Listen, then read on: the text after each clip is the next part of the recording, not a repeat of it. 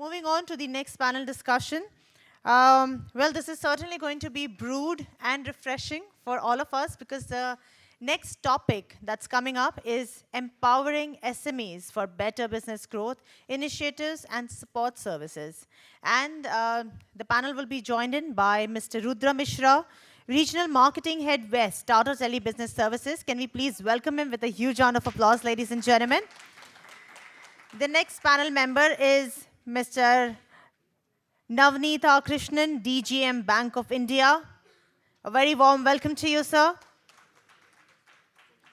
Why are we clapping so slowly? Zordar taaliyan ho jaye, please, everyone. Thank you. Remember positivity. Next, I would like to invite Mr. Yogesh Dubey, Business Development Manager, Tata Tele Business Services. A very, very warm welcome to you. Next, I would like to invite Mr. Gunjan Narang, Business Head, Godrej Capital. So, gentlemen, I request you to please take your seats. Thank you. Mr. Gunjan Narang, Business Head, Godrej Capital. A very warm welcome to you. Would also like to invite Mr. Manmat Rao, Associate Vice President, Aditya Birla Sun Life Insurance. And would also like to invite Mr. Swaroop Negi, Head Small and Medium Enterprise Business, Gati Kintesu. They all will be highlighting various topics. And as we have all our guests on stage coming and joining us for this panel, before we begin, we have two AVs that we would like to showcase. So ladies and gentlemen, please take a look on the big screen. Thank you.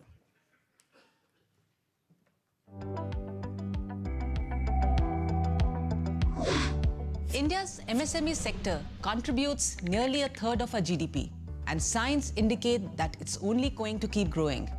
However, most of the companies today still face a number of challenges, the most crucial being access to affordable credit.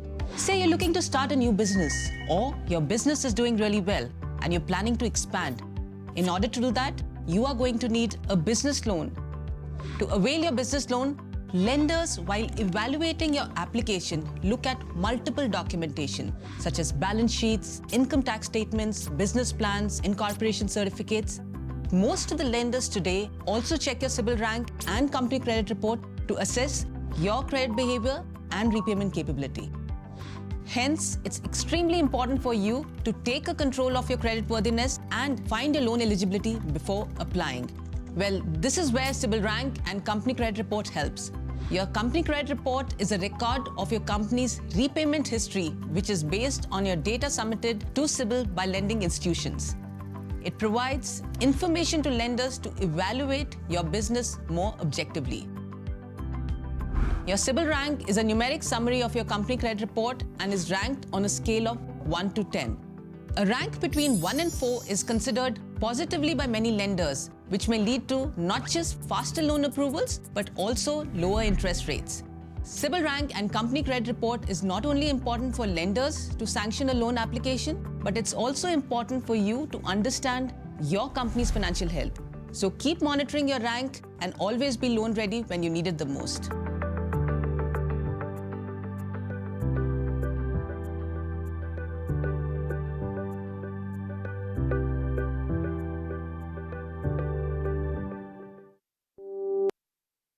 They say that if you're an entrepreneur, manufacturer, or an industrialist, and you've an idea that you believe in, you come to Maharashtra and Maharashtra only to make it a success. And they're right. Located in the western part of India, Maharashtra has long been known as the industrial powerhouse of India, and rightly so. Owing to its large size, population, its smooth connectivity over road, rail and air, and a coastline that extends up to 720 kilometers, Maharashtra is a natural first choice of the investors. While the finest infrastructure, quality trained manpower and a conducive business environment deliver more than what's expected. Maharashtra has led the country's industrial ecosystem by continuing to attract the largest and the most diverse investments, both domestic and foreign. Be it engineering, automobiles, auto components, chemicals, drugs, pharmaceuticals, textiles, information technology or biotechnology. You name a sector, conventional or emerging, and the state would have proven itself to be a production and export giant in that sector. Besides its friendly industrial policy and the package scheme of incentives, the state also has industrial policies specially dedicated to electronics, IT and ITES, electrical vehicle, food processing, textiles, aerospace and defense, logistics and fintech. No wonder Maharashtra has the largest economy in India, contributing the most to the country's GDP growth. And the engine that makes all of these processes run smoothly and efficiently in Maharashtra is the Maharashtra Industrial Development Corporation, also known as the MIDC. Acquisition and disposal of land, provision of infrastructure facilities, and provision of support and services to entrepreneurs to start industries are the key activities that the MIDC does to spearhead the industrial growth of the state. Its initiatives under Magnetic Maharashtra 2.0 include the plug-and-play infrastructure, which means those building and setup worries are gone for good. There's Maha Jobs for all the skilled manpower you need, spread across 17 sectors and over 950 job roles. Investor First programs, country desks, relationship managers, and relationship executives for all the hand-holding you might need. And the state initiative of Mahaparvani will grant your business the required clearance in a maximum of 48 hours. MIDC, the state-run investment promotion agency and India's finest, is truly, in today's times, the one-stop between your idea and eventual success. The state also owns the largest industrial land bank in the country, with lakhs of acres of land at their disposal. Take a closer look at Aurangabad Industrial City, or AURIC for example. Spread over 10,000 acres across Shendra and Birkit, it is being developed as one of India's first greenfield smart industrial cities. Filled with amenities, advantages and opportunities, AURIC has fast become one of the most lucrative destinations for businesses all over. The proposed bulk drug park in Raigad, electronic manufacturing cluster at Ranjangaon, high-tech engineering city at Mangaon, textile clusters in Amravati, Malegaon and Navapur, defense and aerospace cluster in Pune, Nashik and Nagpur. These stories of success are written all over Maharashtra, a land of opportunities to grow and expand your business with maximum ease and comfort. And it's only possible because the state of Maharashtra believes in development, in progress and keeps itself and its people ready for the future. Magnetic Maharashtra. It's made for business. Gentlemen, you all have settled down comfortable now. As we move into the next panel now, I want you all to be refreshed. So how do we get refreshed? Not only by clapping your hands, but now what I want you to do is, it's a very traditional thing that I follow, and I just watched a video as well today in the morning. Just rub both your hands quickly. Quickly, just rub both your hands and just move it onto your eyes.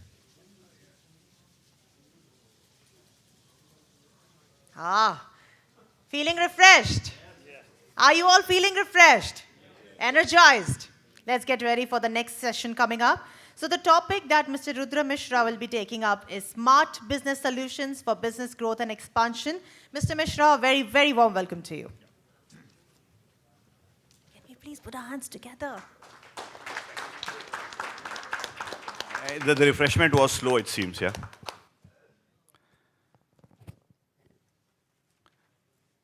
A very good afternoon to everybody. I hope I am audible. Before I start, let me recap a few points that I could gather from the esteemed speakers. Can we go back? Yeah. So I think the first point that was given by Prakash sir was, we need to focus on innovation. Innovation is something that will help us to stay ahead of the curve. The second point, of course, that I could gather from Mr. Amitabh Gupta's speech was, while we do all that, it's important for us to look at the law and order, the security aspect. And the third point that I could gather from Vijay sir's speech was character, capital, and capability. And with capital, it's capital to be taken in all the senses. Not only financial capital, but human capital as well. I would like to, start my presentation. I've got many slides, but, I'll not make it that tedious. I know we've got brilliant minds here. Let me start the context by a simple fact that, it was also pointed out by a few people that we need to be profitable, we need to be cash rich, we need to be EBITDA positive. There are multiple financial jargons, I'll not use them. How technology is helping SMEs, MSMEs to stay ahead of the curve, to be profitable, is the question that I want to put in your minds before I start my presentation. While I say that, let me narrate a small story. And the story is of a small organization in Pune. We all say that we want to innovate, and how do we enable innovation is something that, I would like all of you to reflect upon. Does innovation come from the sky? No, it doesn't. The first enabler or the first driver for innovation is technology and technology adoption. That's what I say. Having said that, let me substantiate my statement by an example. Now, most of the SMEs are adopting technology at a pace that they know best. Some are adopting fast, some are adopting slow. And there are sectors, let's say manufacturing would adopt technology, IT would adopt technology. Let me give you an example of an organization that is more technology agnostic, a dairy farm. Now here we have, in Pune city itself, a dairy farm that adopted technology, adopted a segment or maybe a part of technology, we call that as IoT. And what happened? During COVID times, that dairy farm was able to substantially increase its production without increase in asset. Now, how do you decode that statement? When I say substantially increase the production without increasing the asset, I want to have a little bit of interaction. So if someone can help me, just add a layer to this. Anyone?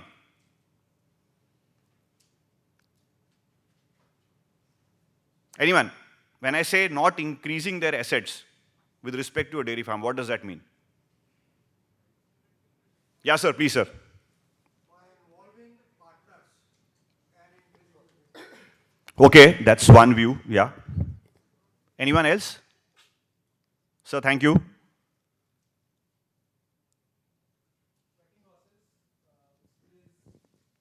Cutting losses, SLAs, okay. Anyone else? Managing the distribution. Okay, fine. So we'll take all that and I'll just add a layer to that. They did not increase the number of cows or buffaloes that they had. Having that number as stagnant, they were able to increase their production. I am not quoting a percentage here because the production varies. But when I say substantial, it is more than 50%. Now, this is the impact of technology.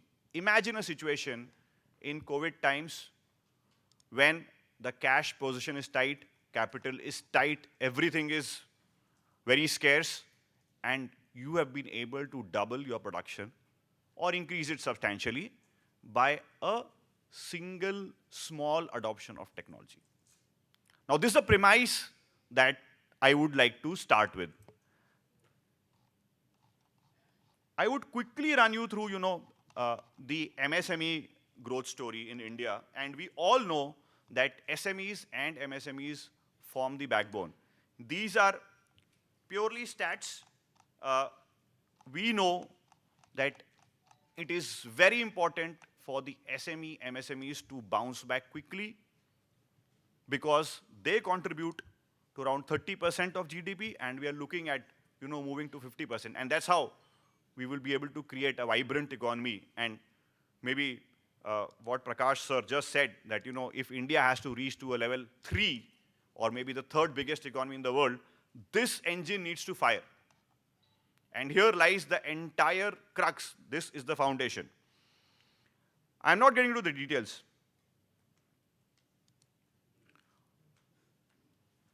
You know, one of the important reasons why technology adoption is important is the demand uncertainty. Post-COVID, we all have realized the advantages of moving operations online or part operations online. I'm not getting into the benefits. Productivity, agility, and security have become priority. Security now is an aspect where I feel everybody needs to think on, because a lot of data is online, a lot of details are online, and it becomes a lot of IPs, other technical confidential information is online. How you're securing it, that's important. And the biggest advantage that technology post-COVID era is helping us is your ability to continue to work anywhere, anytime.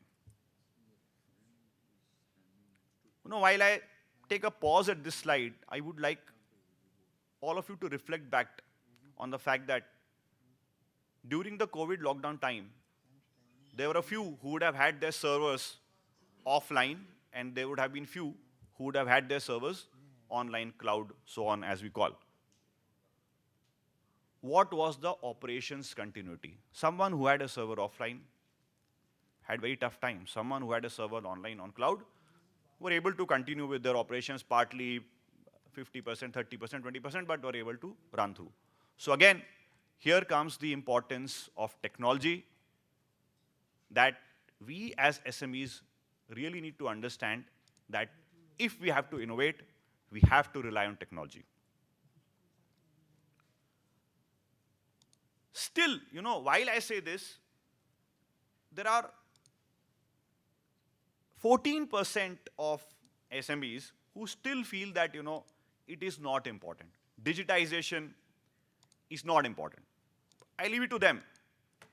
The 31% who still feel that it is somewhat important. So 14 plus 31, 45% SMEs that comprise of, you know, someone said that character, well-educated people coming from great background, still are not convinced the fact that digitization is the need of the hour. So I would not do that. I would only leave you with the thought that if you are not digitizing, if you are not adopting technology, if you are not innovating, marketplace is changing so fast that you may not have the time, once you realize that adoption is important, to fight back in the market. So, and still, the good part is 55% SMEs have now, over a period of time, started believing the fact that digitization for SMBs is the most critical thing, So there is a ray of hope, but there are people who don't believe. That's absolutely fine. People can think, but over a period of time, we will see the 45% bucket also moving towards 55. So that's one data point that I wanted to share. You know, what is the path? Now, having given a data point, I would like to say what is the path that is available for SME manufacturers. There are applications, there's technology, there's infra. Then, when I break that slide, it is important that you have an enhanced customer connect. How do you have enhanced customer connect? In this digital world, how will you connect with customer? Can you go and meet all your customers physically? You have to use some sort of technology to connect with your customers. The second and the most important point is increase workforce productivity. How do you increase workforce productivity is the second question.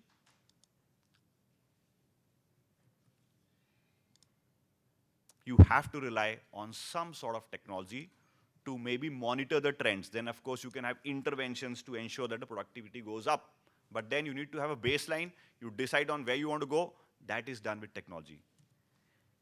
Improve supply chain management. This is one area which is the biggest thing as we move ahead. IoT applications are helping supply chain costs to come down substantially. Again, I'm not quoting a percentage. there have been substantial benefits through IoT applications which have helped to improve the supply chain cost. And again, that links to the part of optimized cost, because ultimately, whether it is an innovation, whether it is capital, we all need to be profitable. We all need to sustain in the business. So we need to optimize costs as well. Not getting into too much of technical details, I would just like to, share a case study where a renowned manufacturer of complex engineering products had some pain points. Now, the pain point was their inability to handle increased volumes of incoming calls. So they had a lot of customers, suppliers, distributors giving them incoming calls. Incoming and outgoing calls were not integrated. So they did not have the integration. So while the reports were pulled, they had some issues in terms of understanding that if the incoming call is coming, was the outgoing call by the service executive being done? Not, so that entire piece was not there. What we did at TTBS, we gave them a solution called SmartFlow. The solution integrated their existing toll-free numbers with the pilot number for all incoming calls. Advantages, anywhere, anytime, integrated and scalable. So they were able to get the entire report, and it was not necessary that the call center executive had to be there in the office. They can be at the home, and they were able to access the entire report. So this is one small intervention that we did that helped to solve the pain point of a manufacturer. Again, we operate at SME level. There is a requirement of a quick all-in-one. Let's say, got a data, voice, app setup, everything is there. You need something that is an all-in-one bucket. What we did, there's something called as a Smart Office product. This is an award-winning, innovative, affordable product that is a single box solution. It gives businesses access to voice data storage and apps from a single service provider. So, you need not worry about different apps, voice data here, there. It's all under one bucket. So that certainly helps you to improve the SLAs. It becomes as a one-stop shop. It helps you to save cost. That's the most important thing. And it gives you a reliable bandwidth. So these are two case studies that I thought that, I'll just, to drive home the point of what Prakash sir said, that innovation, it has to be backed up by technology adoption. Because all these are small innovations that are helping you to up your profitability. That's more important. I would not like to get into the details of, I'll request my colleague Yogesh to just come in 2 minutes, and maybe he can give an overview of the products. But we've got a comprehensive solution, diverse set of products for evolving customer needs. Having said that, it's a very, very large bucket, and it would require certain time, but Yogesh would take it through. Apart from this, we've got a very, very strong ecosystem to offer best-in-class digital solutions, and it all comes under one roof. So we've got technology from leading global OEMs, that is TCS, Cisco, Fortinet, and Zoom, that helps you in the external ecosystem. We've got Customer Connect that enables us to devise relevant solutions. And of course, we've got connectivity solutions that helps you to stay connected with your customers, with yourself, with your employees.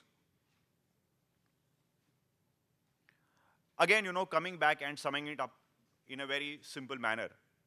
What are the challenges faced by the SMEs in their digital journey? 1, it is the lack of expertise. 2, it is the lack of enabling technologies. 3, it is the lack of clarity on the starting point. Most of them don't know where to start from.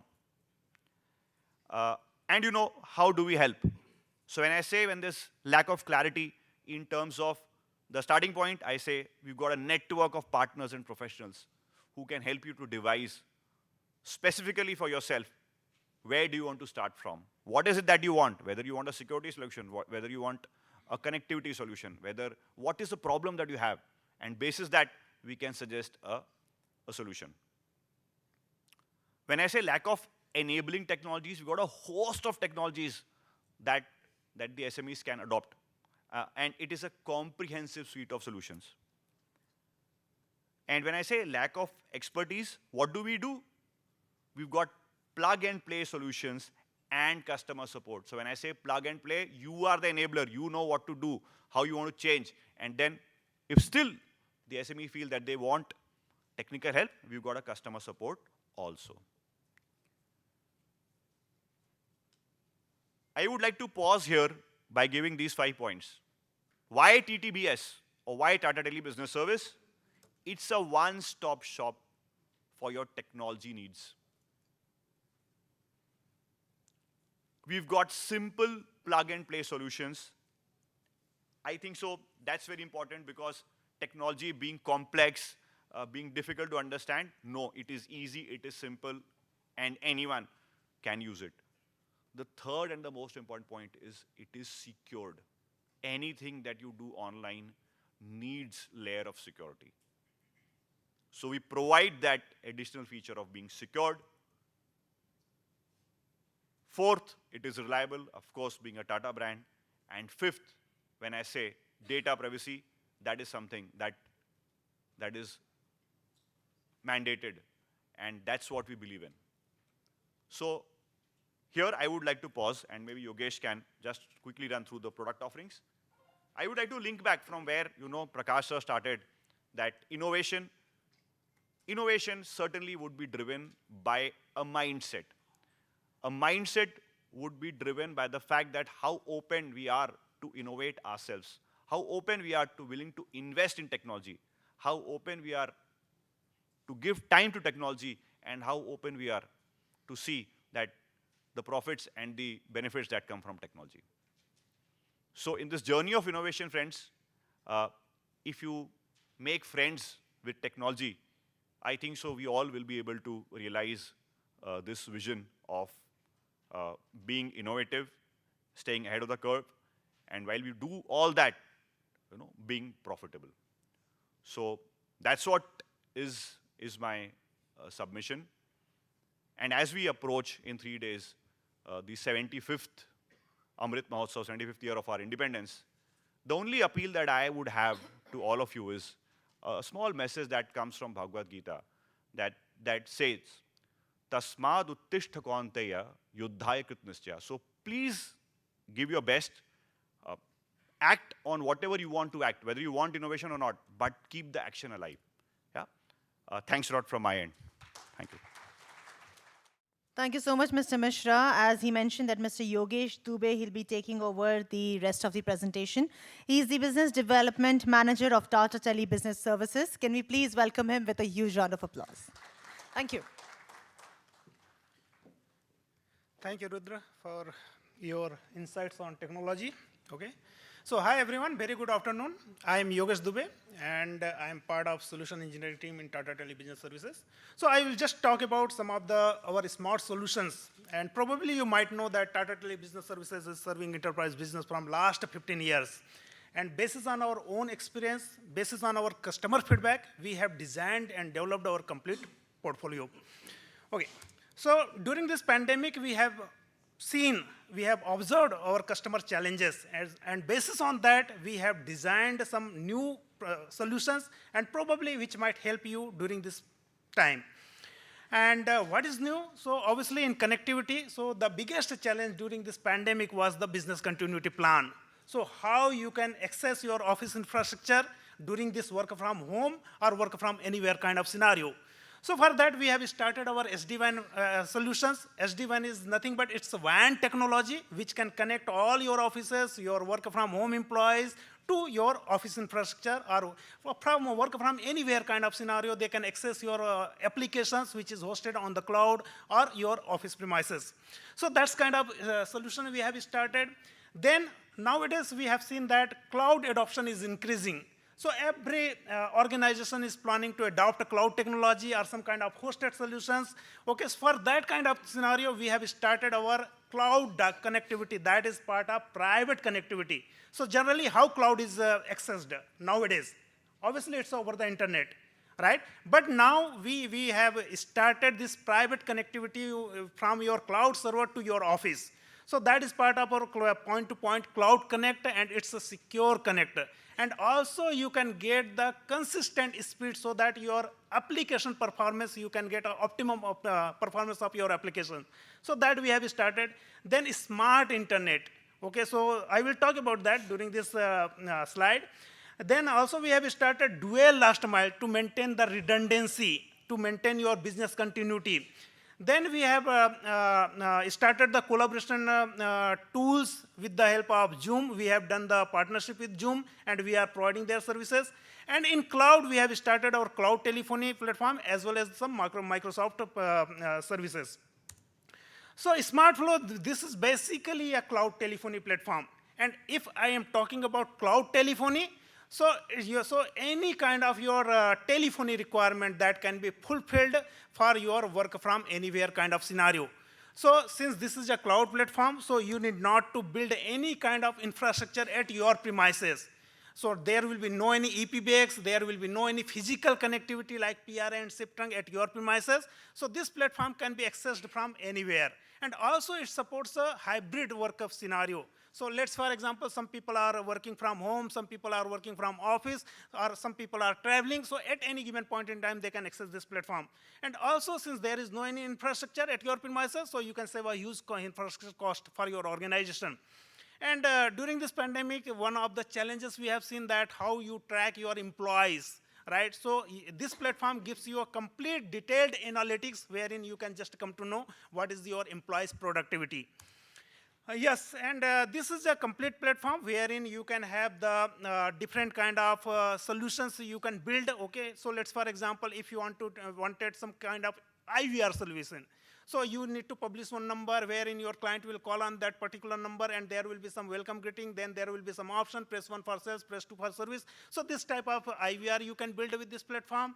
There is a click to call. So there are a lot of applications wherein you want to integrate your telephony. So this platform supports API integration, and you can just integrate this platform with your mobile applications or your other application. And if your client will access this particular applications, they have the flexibility to just click on the button, and they can initiate the call with your employees or your vendor or your clients, right? Also, this platform supports missed call services. So nowadays, this missed call services is very popular. So you can just publish one number, and you can just market this number wherein your client just give the missed call. And you can have the detailed analysis of that client who has given the missed call. And later on, you can just connect with them, and you can have the conversation. Also, if you have kind of some support center or call center or telemarketing kind of center, so this platform supports outbound dialing. So nowadays, security is very important, and it's a very critical for each and every organization to protect your database, protect your server, protect your application from any kind of attacks, cyber attacks. So, sorry, So nowadays, these cyber attacks or cyber threats are increasing day by day. And what are the common channels through which these cyber attacks are happening? Obviously, if you will expose your network over the internet, or if you expose your applications, your server over the internet, or if you are accessing emails. So nowadays, email is one of the biggest channel wherein these cyber attacks are happening. So how you can protect all these channels from any kind of cyber attacks? So there is solution, there is a technology. So as a Tata Daily Business Services, we have started smart internet. So this is, I can say, a value layer we have created wherein we are providing an internet pipe, and on top of it, there is a security layer. So it's a complete filtered connectivity you will find, and there will be no any kind of this malicious or virus attacks will be there in your premises. So this type of solutions we have started. Then the complete cyber security packages we are providing endpoint security, which can protect all your computer, laptop, mobiles from any kind of cyber attacks. So there are a lot of features, antivirus, anti-spam, anti-ransomware, this kind of services available. Email security, so which can protect all your emails, whether you are sending email or you are receiving email. So that this is the platform. Web security, so let's say if you are accessing any website, and probably that might be a phishing website. So that can be protected by web security, virtual firewall, multi-factor authentication. So this kind of cybersecurity solutions we have built. And Zoom, probably everybody is aware, Zoom is the collaboration tool platform wherein you can have the audio, video, and web conferencing. So we are providing Zoom meeting and Zoom webinar. So Zoom meeting is kind of a two-way communication, while Zoom webinar is the one-way communication. So wherein the group of people or panel of speaker can have just deliver the lecture and rest participant can just listen it. And also we have started our Microsoft journey. So we are providing Microsoft 365 licenses. So there are different variants like basic, standard, and premium, and there is a set of features. So basis on your requirement, you can just subscribe the license, and we can provide that license. Now, finally, this is our complete product portfolio. So Tata Tele Business Services as a telecom partner, as a solution partner, or as an enabler. So we are not just only on the connectivity. Rather, I can say we have the complete end-to-end solution. So we are into connectivity, we have the security solutions, we have the collaboration, we are providing cloud and software as a services, and also we have some good marketing solutions. So probably if you are interested, so we have we have built a demo zone, so probably we can just discuss in detail. So I believe this is my last slide. And that's it from my side. Thank you. Thank you so much, Mr. Dubey. Well, we shall be showcasing another AV.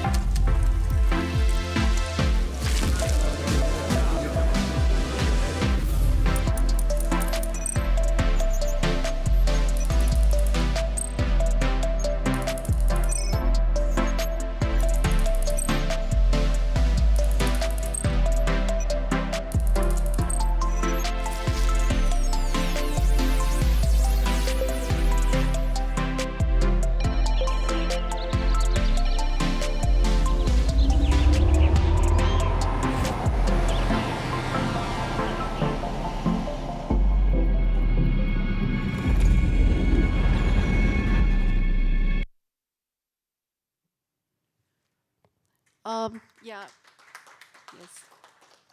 So just wanted to say one thing that as a SMA Chamber of India, we are working with Tata Tele Business Services, I think more than 13 years. And I will tell Mr. Mishra, as all are the SME sectors are sitting here, so he should give some discount when they will approach you for the products. So and for that purpose, I also request all of you to become a member of SME Chamber of India, so you can get the more discounts from Gati, from Tata Tele Business Services, from FedEx, Make My Business Trip, and from all of them. Thank you for attending today's program from SME Chamber of India. Now I would like to invite Mr. Swaroop ji for the next presentation. Good afternoon, everyone. Myself, Swaroop Negi. I head the sales in Gati KWE. We are the lead sponsor for this event. First of all, big thank you to Chandrakant ji for organizing such a beautiful, nice event. You know, he always tries to bring the SME community family, you know, together to uncover different needs, requirement of ours, you know, which will help us from different radicals in terms of growth, you know. So quickly, yeah, as I said, we are the lead sponsors for this event, and we are always we always feel proud, you know, to be a part and to be associated with you. And whatever best we can do, we always feel we should be the first one to partner with you guys. Small stats about SME world. I mean, a lot of sessions must have been conducted on this, so I will quickly take you through this. I mean, that's the backbone of any economy, and it's not, it cannot be ignored. I mean, it's a very big thing that contributes to the overall world economy, and so that happens to India also. I mean, today it's the backbone of Indian economy. That's how we are standing tall, standing stable in the world map. 30% of GDP comes from MSME, 49% of Indian exports happens through MSME. Most importantly, the employment that it offers. I mean, fabulous. 111 million people work for the SME organizations, 64 million on MSME that are registered. On the overall India map, this is how the registration data works out. UP stands tall. Maharashtra is again on the fourth position. These are the key challenges that are faced by the MSME sector, you know, basically into India. Inadequate assistance, lack of credit facilities, gap, inadequate assistance in skills and technology. And I guess a lot of my panel partners are here to support you, to brief you, to guide you on whatever kind of assistance that is required to you in terms of growing your business. Focus pillar 8 that Indian government that will drive growth of MSME. One, financial assistance. I'm sure Honorable Minister must have spoken about that. Future readiness, that's all we all do. You do from your part, we all do from our part in terms how we can support you on your growth journey. Infrastructure development. These are few of the schemes that government have started: PMEG, Mudra, CL, CCS, UDAN. These are the financial assistance that are given. A small stats on this, I'll not take much of the time on this.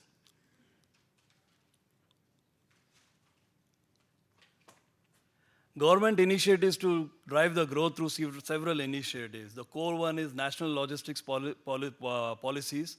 It assures you a growth of around 5 to 8% growth in exports. Yeah. Bharatmala Pariyojana, who doesn't know about this? Yeah.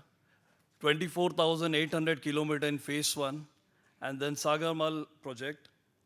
And the master of everything is Gati Shakti, the National Master Plan for Multimodal Connectivity. This will bring the ease in terms of logistics and help all the business sectors, be it MSME or be it the other sectors also. Yeah. So there's a lot of initiative that's been done by governmental aspects, from government side, from my other colleagues here in the panel, and you know, I represent the logistics side. So we are like, I'm like you. मैं आप में से एक हूँ, because आप setup कर लोगे, आप materials बना लोगे, आप उसको बेच दोगे, but then I carry the last baton, you know. So I'm the most important part in your relay, you know. You know, unless I deliver it timely, safely, and you know, I give you information at both the end, you cannot close the overall transaction. So that's what we do. I am Gati. The brand Gati KW is known to everyone.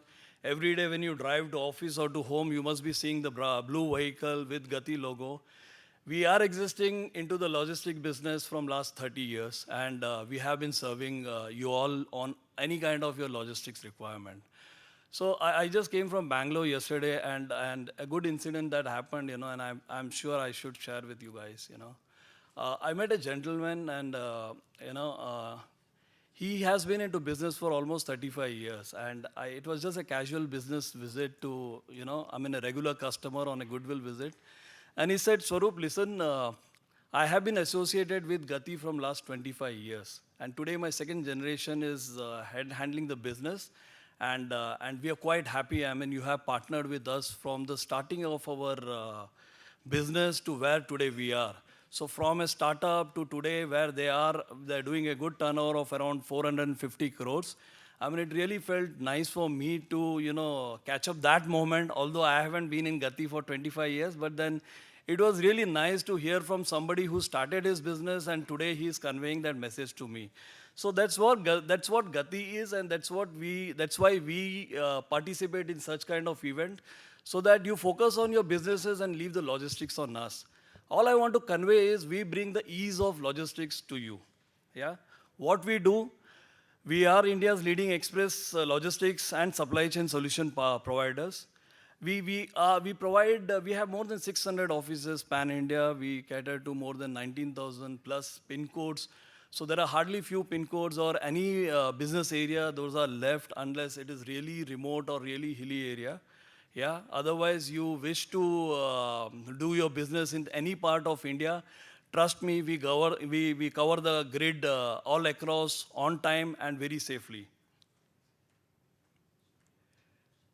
We provide end-to-end solutions. So it's not only about domestic. Gati is now an all-cargo company, and with all cargo, we bring the overall capability to partner in your supply chain leg, In your entire supply chain, wherever you have any kind of logistics requirement, we can partner. And trust me, you will feel that ease, when we partner with us.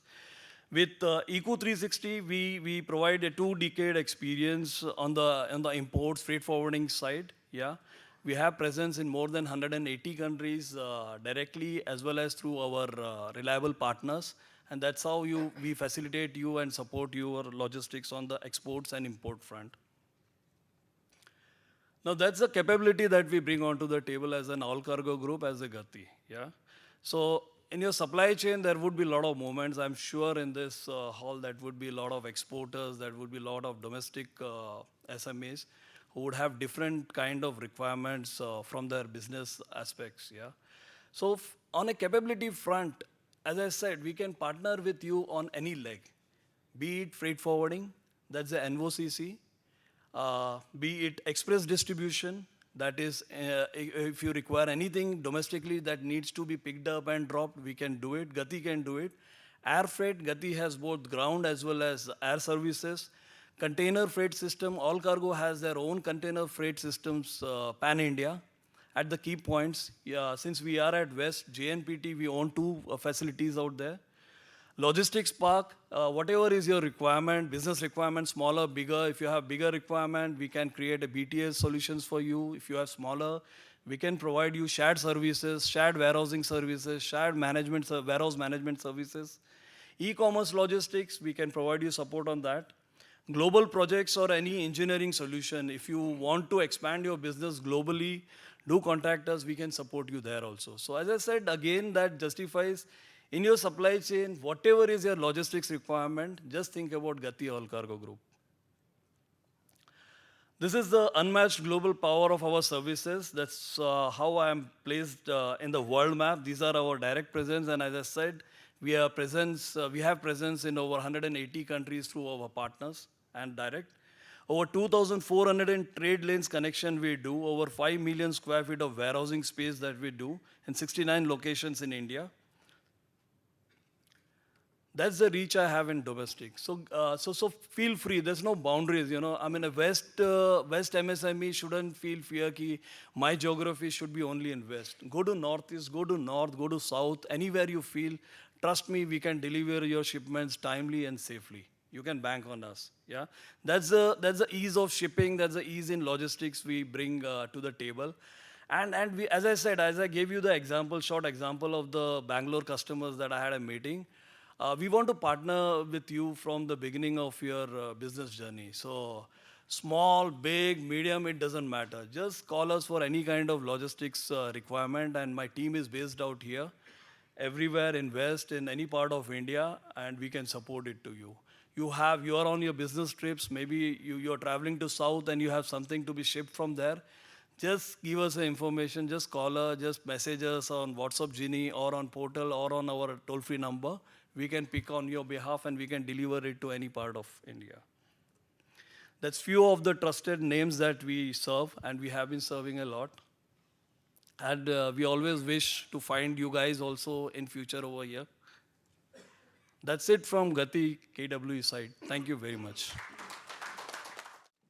Thank you so much, sir. Would now like to invite our next speaker.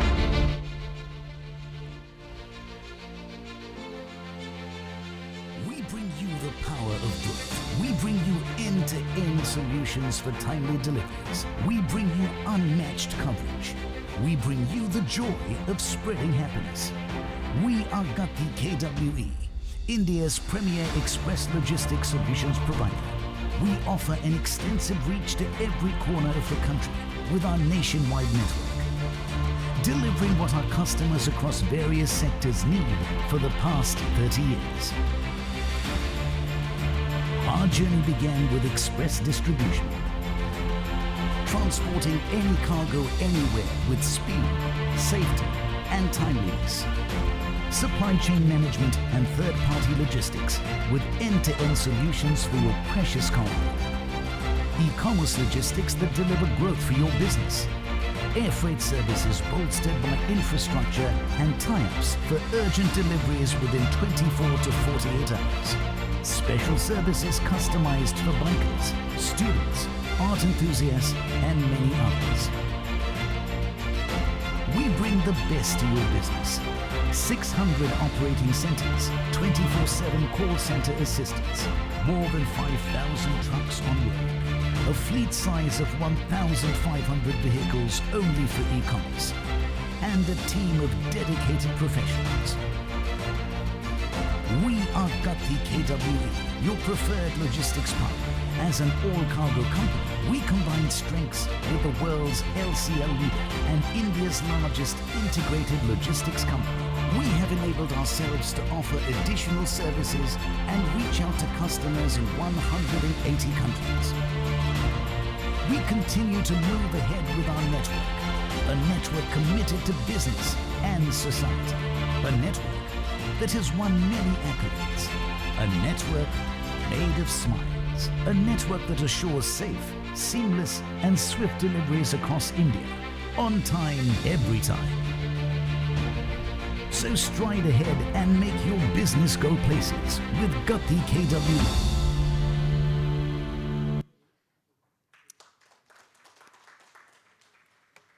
With this, we would like to invite our next speaker, who would be highlighting on the topic of initiatives and strategies of Bank of India for supporting MSMEs.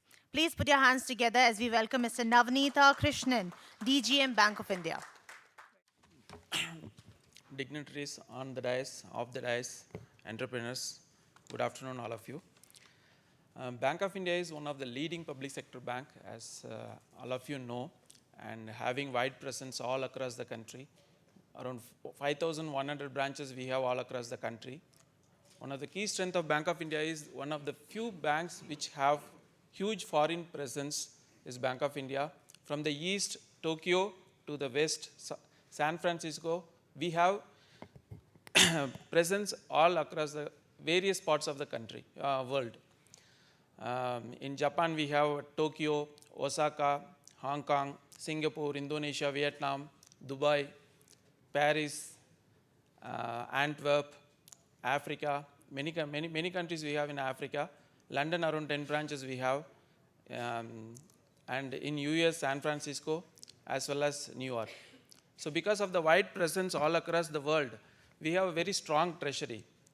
So due to that, we are able to provide good forex facilities to all the exporters and importers. And as far as SME is concerned, we have 95 SME processing centers all across the country, which are specifically focused on delivering customer service to the SMEs. So they process, it's a centralized processing center, and they process and take care of the requirements of the SMEs. And in Pune also we have 2 SME city centers. They are specially focused on the SME customers. And Bank of India is, during the stressed times for the SMEs, always Bank of India is always with the SME customers. See, even during the Corona time, we were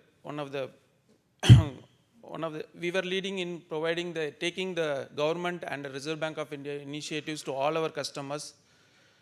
COVID moratorium period was extended to all the customers. One-time restructuring was given to the borrowers who were really in need of the extension. And customers who were struggling, the Guaranteed Emergency Credit Line Scheme, ECLGS, scheme was extended to all our borrowers who were in need of time. So we reached out to all the borrowers and we saw to that the customers who were in dearth need of during the distress time are extended with the support, required support. So bank also had own scheme during that time, came up with COVID emergency support scheme. We had our own scheme initially before the GECL was announced by the government of India. Through that scheme also we extended all the support to our MSME customers. Maybe because of that Bank of India is always there. I could see there are lot of long-standing customers with Bank of India. Even before Bank of India has long legacy since 1906. So I could even see lot of customers are being associated with us even pre-independence. So we have various schemes. Bank of India has various schemes to the SMEs especially. So we have a welcome offer scheme, which is one of the very important scheme which our SME city centers use it. So it is to welcome the new customers to our bank. Many customers will be banking with various banks, may not be satisfied with the services given by the existing bankers. The rate of interest may be very high. There can be various reasons because of which they want to switch over. Then companies may be going for expansions, maybe starting a new project, looking for the new banker, or while you are growing, enterprises grow, they may be willing to add a new banker in the bouquet. So in case of such requirements, we are there, and welcome offer scheme is one of the scheme for such brought in for such purpose. When you are switching a bank, there is always incidental cost like legal opinion, valuation report, and various other costs are there. So to meet that, during the initial period, we provide concession in processing charges, guarantee fee, and even in rate of interest. So all those things. And we are having various schemes for others also. I will explain one by one. Doctor Plus is there for the doctors. Here, mostly the manufacturers are present here and who are mainly involved in export and import. So any of your friends are there, you can refer them. Asset-backed schemes are there. Many enterprises may not be having good balance sheet. Their ratios may be little bit strained, like DE ratio may not be proper or current ratio may not be proper. So in such cases, those customers we can accommodate if they have good collateral. So asset-backed scheme is there. And traders, Vyapas, contractors, we have special scheme. And trades platform, trade receivables discounting system. In that platform also we are very active. We have very good market share in that. And to reach out to the new corners of various places, we are now creating a lot of partnerships with the NBFCs in co-lending model. So to reach out to the other customers who are not in the banking channel. We are also we have very good retail loans also we are providing. We have a centralized processing for retail loans also through RBCs. So we provide home loan, vehicle loan, all with quick TAT and cheaper rate of interest. Anybody is interested to avail in their name, you can reach out to us.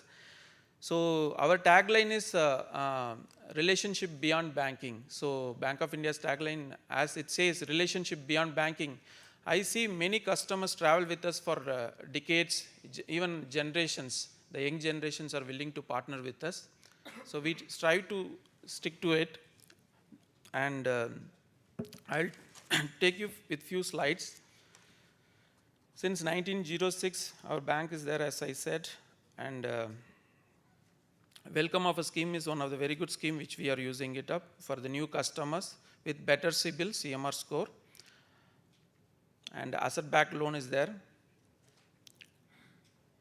So where the financial parameters are not good, we can use this scheme and extend the credit facilities. Rate of interest is also at very low. And doctors, we have a wonderful scheme. Lot of doctors, hospitals we are supporting. There is government is also providing some guarantee facilities, even LGS scheme is there. Those schemes, we are extensively providing the credit facilities to the doctor communities, hospitals for construction of hospitals, expansion, everything. We have various schemes under that too, as well as traders, contractors, SME. We have providing liquidity support. We have schemes for lady entrepreneurs. I could see few, and lady entrepreneurs we provide 1% concession also. It's so it's called Priyadarshini Yojana, and channel finance is there for discounting the bills, invoices, so at lower rate of interest. So we are also developing our digitally, as digital technology is being given more importance. We are also developing our digital e-platform, and we are also going more into digital. Through digital means, we can provide the channel finance, everything. And other government sponsored schemes also, we are very active. And emergency credit lines guarantee scheme still continuing, and we are offering to all the existing customers. And PSB loans 59minutes.com, there also we are very active. And here our zonal manager, Pune zone is present here, Mr. Shiba Prasad Biswal. I will share his number to you. You can note down. My number also I will share you. I am Navanitha Krishnan. I am from head office, SME department. So you can note down my number, 94883-94198. I will repeat, 94883-94198. So more than my number, you may be requiring the zonal head number here, 777-281-5456. I will repeat, 777-281-5456. Mr. Shiba Prasad Biswal is well experienced and very dynamic zonal manager, and we have very good team here, SME City Center team. Mr. Vishal is here, AGM SME City Center, as well as other team members are there. Anybody required to avail any banking facilities, credit facilities, you can reach out to in these numbers, and we are also present here, off the dais also, you can contact us. In case of any queries, any other clarification, any other additional information, you can ask me even now. So earlier, as Bank of Maharashtra, Vijay Kumar sir was saying, capital, 3 C's.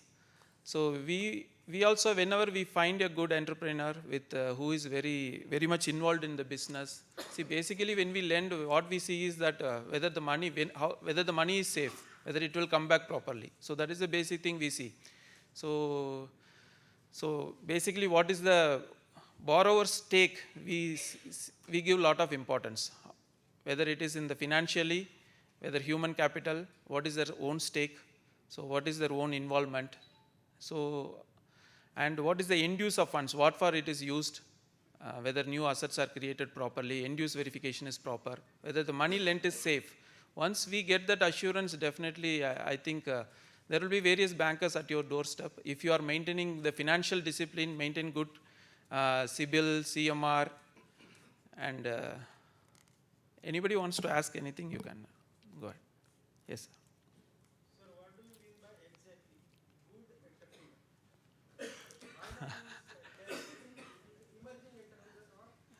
जो startup करता है, why not that? Sir, good entrepreneur means, I suppose it includes not only the well-established businesses, even the new entrepreneurs. You see, public sector banks are probably the banks, as earlier also Sir was telling, actually he started with 200 rupees and 500 rupees with Bank of Maharashtra. See, public sector banks are mostly the banks you will find who lend to the new entrepreneurs. So we are always there for the new entrepreneurs. Once the idea is good, once the involvement is seen, once we feel the money is safe, definitely we are there. And mostly you will find public sector banks in that space, and we are leading in that. Yes, sir. Namaste. Yes, sir. My name is Nimesh Desai. We are in defense and aerospace. I have entrepreneur experience from last 22 years. I used to be the managing director and a shareholder of one foreign collaboration company. Then we separated and started again. Can say it's a startup in 2019. And first year was too good, and second, third year is because of COVID, we impacted. So, as an entrepreneur, see, the Vijay Kumar sir is there. So that's what my point is. When he said that he has a 39 of experience, when we as an entrepreneur say that we have a 23 year of experience, the question immediately comes, last year ka balance sheet kya hai? So all 21 years has gone in vain. Last year kya hai? Loss hai, khatam kar jao. So I think you all agree with this. So 13 years of experience in job and in banking sectors is we all are seeing as an excellent work. But every 23 years of experience, last year is balance sheet is loss. 22 years we paid excellent income tax. I paid 1.5 crore income tax before my balance sheet was in loss last year. So why the banking is not seeing this as a legacy of a business? Why the 1 year balance sheet is gone? रोज call आता है banking का, personal loan ये देते हैं, पूरा story में सुनता हूँ, बाद में उसको बोलता हूँ मेरा लास्ट ईयर का बैलेंस शीट लॉस में है, वो फोन रख देता है. So this is ridiculous things what is going on in our banking sector. Why we are not changing and where we are moving towards? Sir, I'm not pushing anyone's personal, but this is what I think every entrepreneur is facing the problem. sir, you are right. So can you have an answer for this? I'll How will they get it? elaborate. And people who have given collateral, had a good background, they've also gone bankrupt, you know that. So it's about the ideas. If somebody's got an idea, will not share it with you. They'll just multiply and give you the cash back. You know, or maybe work against advance check or something. I'll elaborate. No, that is true. Probably, sir, see, it's a general case. Probably we are the custodians of the public funds. When the depositors are giving money 100 rupees, when I am lending it, I'll come back. When the depositor is giving 100 rupees, when I'll come back. I'll come back. You have your 100 rupees when he is lent. When a depositor is depositing, when I am lending that money, if I don't get the funds, I cannot say it back, go back to the depositor and say that, sorry sir, we lost some money, I cannot repay. That cannot be the case. So being the custodian of the public money, so we need to be prudent, we need to be cautious where we are lending money. Probably even if you are lending, I am putting my own money. If I am giving to someone, I will try to give to someone who will be having the capacity to repay. But that is not that is one case that we will keep it aside. And if we see our books, there are so many customers. Most of the customers, any proposal we take, mostly we see the customer is banking with us for long, usually maybe 7 years, 10 years. And most of the funds we lend, there is a good chunk of money lent in the form of cash credit. And if we see, sir, there are so n number of borrowers who are in loss. If we see, it doesn't mean that we block the funds, we stop the funds, we leave it. It is not the case. We analyze why the borrower went into loss, what was his precedent, since when he is banking with us, how he overcome the earlier situations. Always businesses are ups and downs. There are various sectors which grows, which comes. It's a cyclical. Various businesses are cyclical in nature. Various sectors are cyclical in nature. We see how the trend is, how he overcome, what is his involvement, what are the steps taken by the entrepreneur to overcome the situation, what is his capability, what are all the work orders he is pursuing, what are the measures he has taken to cut down the loss, how he is going to progress. All those things we analyze and we factor in. When we have some confidence, faith, it is basically the entrepreneur's duty to impress upon the banker and to say that, yes, these are all the steps we have taken, this is how we are going to. It's the confidence which the borrower gives. Based on that, we take the decision. There are cases where the balance sheet, last year balance sheet is in loss, we take exposure, we give additional loan. There are so many cases. But probably when I am getting a new customer, probably I may not think in the same way, I will be more cautious. So that is quite natural, quite natural. But still there are cases where we lend, even in case of balance sheet is in loss. We analyze what is the reason for the loss, how they are going to overcome. If we see the positiveness, definitely we are going to lend. I hope it satisfies. Otherwise, if you have something more. I may not be in a position. So what was the criteria कि उन्होंने बहुत सारा crore lending किया, कम interest पे किया, बहुत सारा MSc को ऊपर ले गया, इसमें वो जो नंबर्स ऑफ एंड उसमें कितना ऐसा एंटरप्रेन्योर्स है कि जिसको उन्होंने हाथ से हाथ मिला के कंधे पे हाथ रख के ऊपर लेके आया. That should be the work to do the bank ना. अगर पैसा है तो बैंक के पास क्यों जाते थे? बैंक का अप्रोच इज दैट कि आपके पास कितना कोलेटरल है, 100% कोलेटरल है, मैं आपको 100% बीजी देता हूं. तो that kind of things can not work even for the startup. Sir, So I think we need to have something looking into the detail. SME has to taken care. They are already doing a fantastic job. That's what is great thing. What is happening right now. But approach of the banking sector to see the entrepreneur, that needs to be changed. I may not be in a position to comment on a particular bank, but Sir is not there, I suppose. I am sure when there is a good growth, they have shown, Bank of Maharashtra has shown so much good growth, I am sure there might be n number of customers, such customers whom we are talking about, definitely they might have helped. There could be cases which are left out. Obviously, it is a prudent decision they are supposed to take, banker is supposed to take, to keep the money safe, to ensure that the money is safe. And even in all the public sector banks, as far as public sector banks are concerned, Bank of India is concerned, we are there. I could see a lot of balance sheets are strained and we are still funding. So we see the relationship. When we prepare a 40-page proposal, in the first page of our proposal, there is since when the banker is banking with us, the customer is banking with us. So we see that from that itself, our perception changes, what is the past track record, everything we analyze. We analyze and then take the decision. Okay. Thank you. Thank you so much. Thank you. Any other specific question? Any other question? Thank you.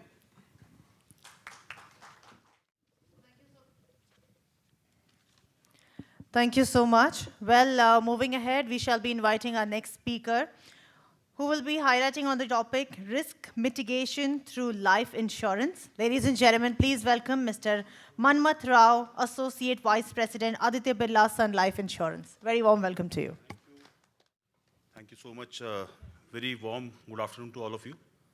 Would like to start by thanking Mr. Salunke for creating such a nice platform. I think we strive to meet entrepreneurs like all of you because we want to reach out to you and with one promise and with one particular need, I think which need lies with you. I can understand it has been last 3 hours of long sitting and listening to all the speakers. I'll try to make it short and sweet, but trust me, I'll surely let you understand that this is a very important aspect. Life insurance in India has been initially treated as maybe a tax-saving tool, majorly, and maybe a gift to somebody in the family. I think over a period of last 20, 22 years of privatization, which has helped this industry to evolve, has reached different heights. If I talk about statistics, I have got a lot of things to speak about, how this industry has grown. In fact, I was listening to a couple of other speakers, and one thing which is coming out very important aspect is protection. I think at the end of the day, just now, somebody was talking about why not these loans to be provided to newcomers, or maybe we are evaluating the last year's balance sheets. Of course, this COVID corona has changed a lot of things for everybody. In fact, sir, just to add, we have a different valuation We have a total different valuation system on which we evaluate the insurance needs. But to talk about on this particular platform, I would say insurance has evolved beyond just a life insurance policy for individual protection. Today I'm talking about something which is, I think, a mandate for a lot of businesses, especially when you're going for a foreign collaboration. Even your foreign partners ask whether you have a key man insurance or not. I mean, it has gone to that level. COVID kind of a situation has changed the entire scenario for insurance industry. I think earlier it was more of a push product, to be very honest and transparent. And it has become more of a pull product now. So 2 years back, 3 years back, trust me, I have been in this industry for almost last 2 decades. My overall experience, I have seen ups and downs of this industry. We have made it, we have broken it, हमने बनाया, हमने खराब किया, and then we are re-establishing that. But this is all experience. Last 2 years experience tells us, and in fact, just to share with you, when this unfortunate COVID pandemic situation came, we were all skeptical that how we are going to run our business, because our business is more to do with one-to-one interaction. You know, we don't have any other platform. But to our surprise as an industry also, we have grown by leaps and bounces. In fact, in last 2 years, with a digital kind of a platform, we have shown tremendous double-digit growth.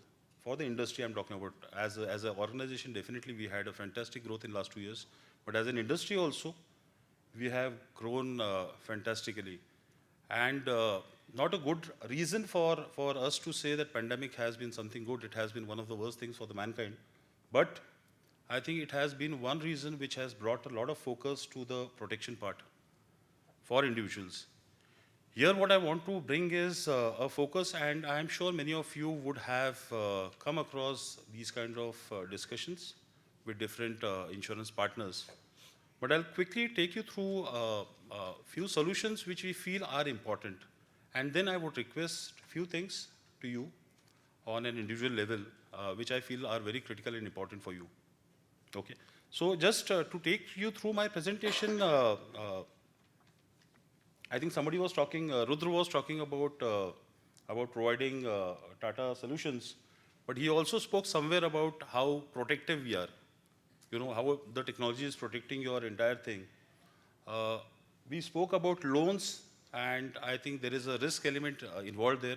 That's why we are contemplating how to, you know, manage that particular risk. हम देते हैं, हम नहीं देते हैं. I am sure the risk part is there. But what is important, critical is, we are talking about a part of the entire business setup. What we are talking here is the most critical and important part. And if I may ask the crowd, what is the most important part or important aspect of a business setup? Anyone? You have different kinds of businesses, irrespective of the industry, what you are into. What is the most important part do you think is in the particular business, in your business? Key person. Sorry? Key person. People? Key person. Key person. Fantastic, sir. I think one individual who is the brain behind this entire thing, an entrepreneur who creates that idea, who gets into the entire planning and then creating. And what better than we are talking about protecting the parts of businesses. Here we are talking about protecting the key person. So I'll just run you very quickly, I'll just run you through what are the different kinds of protection webs we have. We have got different offers. And these are all individual based, these are all business size based. There are a lot of aspects which are required to be discussed on one-to-one. But as a whole idea, I'll just share with you. So this is about Aditya Birla Group. I mean, I'll not spend much of this time. I'm sure all of us are aware about what is Aditya Birla Group, headed by Mr. Kumar Mangalam Birla, has a humongous history of more than 150 years. We are into almost all businesses under the sun. We are present in almost 36 countries. One of the Indian-based MNCs which is so large. Aditya Birla Capital is a set of almost 10 to 11 different financial verticals. This was formed, this went public on 1st of August 2017. And there is where we called it Aditya Birla Capital. So today, wherever you see any of our financial arm offices, it will all be a red board with Aditya Birla Capital written on that, on top of it, and then the different business, whether it is a health insurance, life insurance, lending, loans, mutual funds, whatever we are dealing into. PIFA has been our theme, which is protecting, investing, financing, and advising. And we have got different verticals coming under this. Aditya Birla Sun Life Insurance has been one of the most initial insurance companies which started when privatization happened way back in 2000, 2001. Aditya Birla Sun Life Insurance is a joint venture between Aditya Birla Group and Sun Life Canada. We have been known for innovating a lot of things in general practice as a part of the practice of the industry. And fortunately, IRDA, which is the regulator, has gone ahead and mandated these practices as a practice for the industry, and we feel proud to say about it that we have created so many things which is a practice of the industry now. Our strengths, I mean, these are figures, these are numbers, we are big, we have a total asset under management of 5,26,151 million. We have got gross premium of 97,752 million. So I'll not get into too much of it, but these are statistics which we feel proud about, and we have been growing. Since last 2 years also, as an organization, we have been showing a growth of more than 14 to 15%. SME business solution, that is what I am here to talk about, and I'll just bring your focus with the proximity of time. I'll just try to share this particular details, and if time permits, we can always have these question answers on this. Have you ensured seamless business continuity by protecting your key employees? I think one of the most important thing is key person, sir just spoke about. I think key man insurance is very critical, very important, and this is more to do with legacy and succession planning also. Our culture, our Indian culture, what we have understood is more to do with the man doing the business part and, you know, the family taking care of the family. And in very simple words, if I have to say, we normally are not prepared with the succession planning. If I have to say in simple words, if a situation arises where the key person is suddenly lost, I mean, businesses from plus go into minuses. We don't have a prepared successor. We have to spend a lot of money to find the same kind of a successor. The belief of the staff is lost, people, they start leaving. There are so many, I mean, it's a remedy of disruption into a particular business. So I think key man is very critical, and this has become now a critical part. This has become a mandate for a lot of businesses. And even if you are beyond a particular size of business, this has become a mandatory requirement. So benefits, eligibility, these are all details. I'll not get much into that. As I said, this is subjective. Depends on the business and depends on a lot of other detailing. We have got partnership firms. We have got partnership insurance solution for that. Again, it has got its own flavors, its own terms and conditions. But again, partnerships, to put it in very simple words, if there are two partners and if something goes wrong with one partner, the two simple thing is either the other partner is liable, morally also, or otherwise. So instead of doing that on a personal front or doing it from the business accounts, can we protect it through insurance which can compensate, you know, the other partner financially? But again, a lot of details are there which we can always share with you one-to-one. Employer-employee, I think it's one of the biggest retention tool. Nowadays, retention is very critical, very important for all our staff, for all our people. And I think we all agree that people make organizations, you know. It's all about us, it's all about we coming together and doing it. And it is very important and critical for all of us. It's very important and critical for all of us that as the heads of the businesses, it's our moral responsibility and very critical aspect of the business to take care of our employees. I think we have got some beautiful plans, we have got some beautiful products which help you to do a short-term, long-term kind of a retention planning for your own people. So employer-employee is quite critical. Apart from, I'll not get into too much of taxation and all, but it gives you multiple benefits. It gives you taxation benefits, heavy taxation benefits. They are not limited to 1,50,000 kind of a ATC benefit of your personal financial things. This is limitless. I can put, say, a crore of rupees also into this, if I find that as a requirement of my business. So there are benefits like tax benefits, there are retention benefits, and there are long-term loyalty benefits also with these kind of schemes for your employees. We have got some beautiful pension plans. They also work as a good employer-employee scheme. Married Women's Property Act, I think many of you might be having this product, might be having this kind of solution. But this is one solution which is available, fortunately, unfortunately, only with life insurance products. You can't have a Married Women's Property Act with your any other kind of asset creation. You can't have it while you are buying a property. You can't have it while you are buying jewelry, gold. You are buying mutual funds. You are investing in somewhere else. You don't have this act. And what is the specific speciality of this act is this cannot be challenged. It cannot be challenged. It cannot be attached. I think these are the critical aspects. Just to give you an example, in case of an adverse situation into my businesses, my all assets, including my life insurance policies, also can be attached for a recovery part. But if your policy is under Married Women's Property Act, it cannot be attached. And even within the families, if there are claims, if there are some kinds of claims or any kind of disputes, people can't challenge this.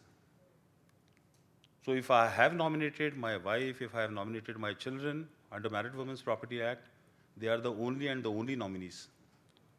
It cannot be changed also. So it's a beautiful provision, which I feel on a personal level also, every businessman at least should have, everybody should have, every businessman should have, because I've seen, I'll just quote an incident.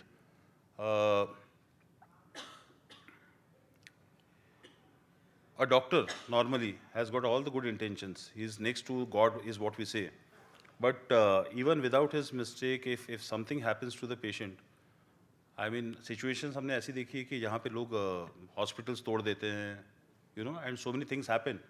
And unfortunately, in our country, as of now, unfortunately, we have seen that law is not simple. And all these things keep dragging years and years. And so what about my family in those situations?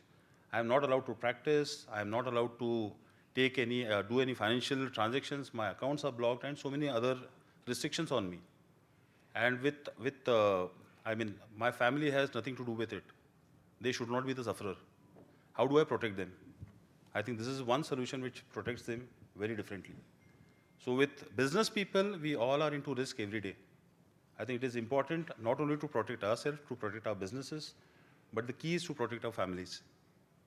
This works very well for them, a very unique solution. So these are quite amazing, interesting solutions which I feel are very important. As I said, with the proximity of time, I could have gone with a lot of detailing into this. And I'm sure as experienced entrepreneurs, you must have come across these kind of solution providers also. And this is not specific with Birla Sun Life. These are key things which are available with the industry. So I'm quite transparent to say that go with your comfort. But we have got a lot of, as an organization, we are promised to innovate. We are promised to give good solutions. We are more of a customer-friendly kind of an organization. We listen to people. We are amongst the best. And we don't require any kind of introduction as an organization, as a group. So very short and sweet, I would like to keep it that way. And that is what I wanted to share. We have got a stall here. We have got a stall here where I would request all of you, at least, and these are a couple of things which I would like to conclude by saying, and I was just sitting there and I thought, let me just say, basically, life insurance has been taken or treated in a very different way, But trust me, after 20 years also, I feel there is long way to go for me in this industry. Even post-retirement, I can put long years into this and the potential doesn't get over. There are so many people, every third person requires insurance. Every second business person requires insurance and different kinds of insurance solutions. So my request would be, give us an opportunity to interact. You know, there is no harm in increasing your knowledge, increasing your understanding. Ultimately, you are the decision maker. I can't force you. But there are so many things which people are unaware. And in our day-to-day thing, जैसे बोलते हैं वो दिन भर की जुस्तजू में हम बहुत सारी important चीज़ें भूल जाते हैं. I think this is one of the most important critical things. And why I'm requesting you, because this is also a kind of investment in your businesses. I mean, even to invest time for understanding a protection solution for your business is also an investment. Please do that. That is my sincere request. I would also like to request, don't leave this particular decision making at somebody else's mercy. With due respect, we have observed, we have seen, आप मेरे chartered accountant से बात कर लो. He will do it.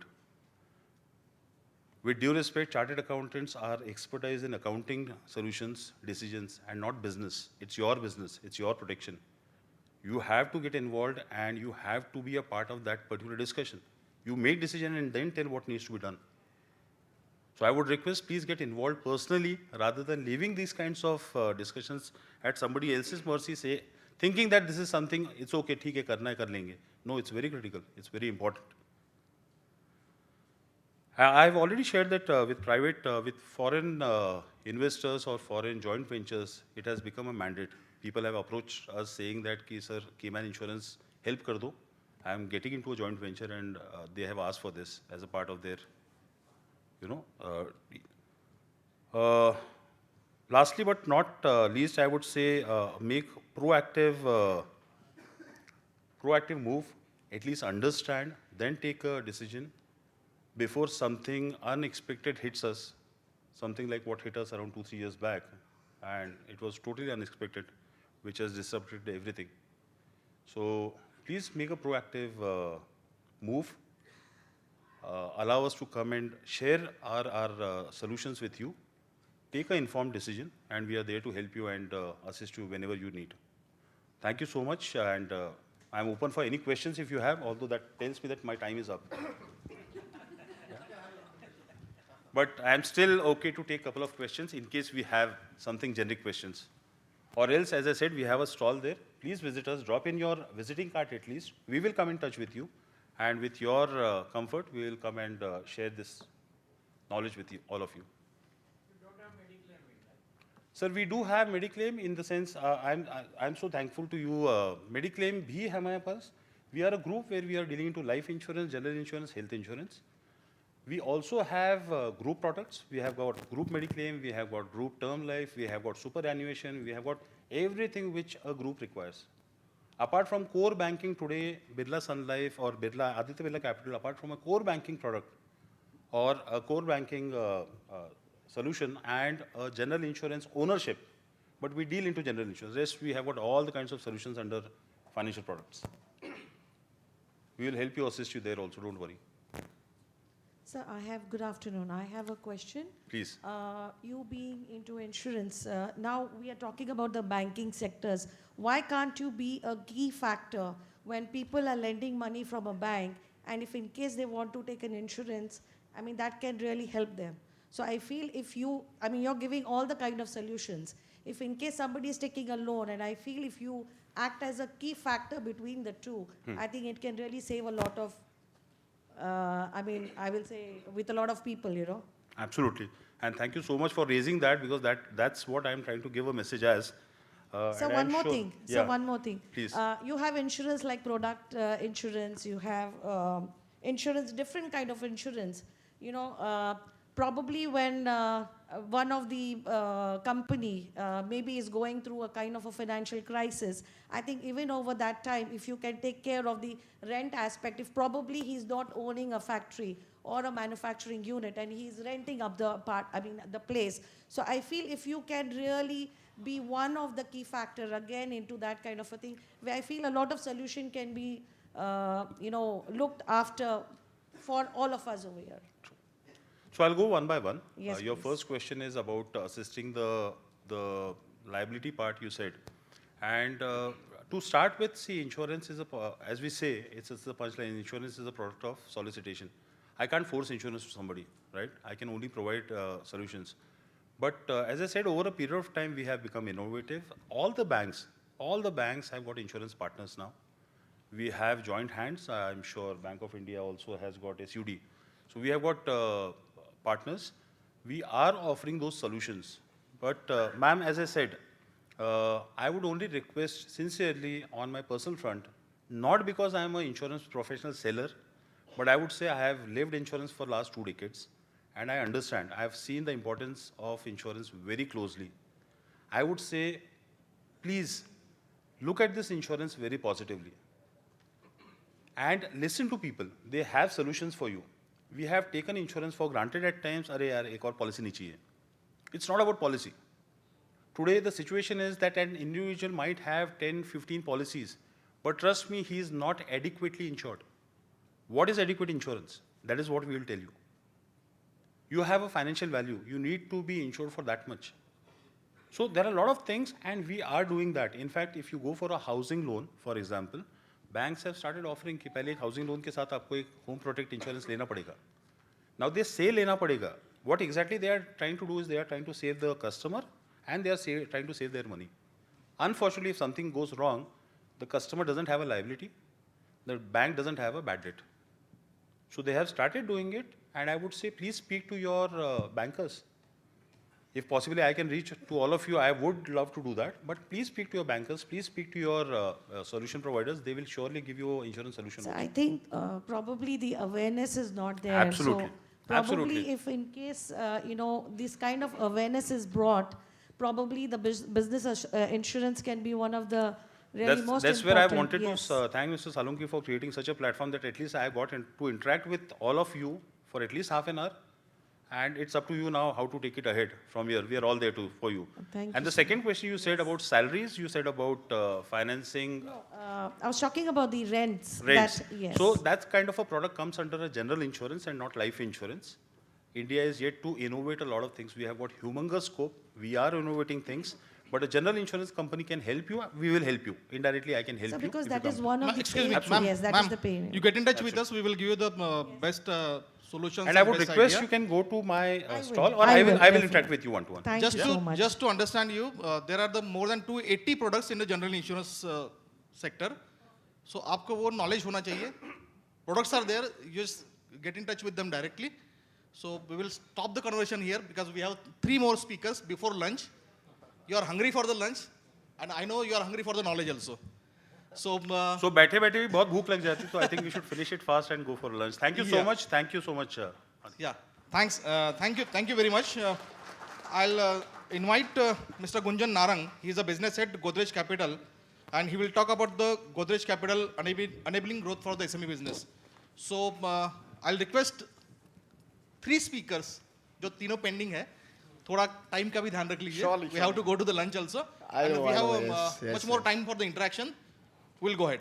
Thank you. Thank you for the suggestion, sir.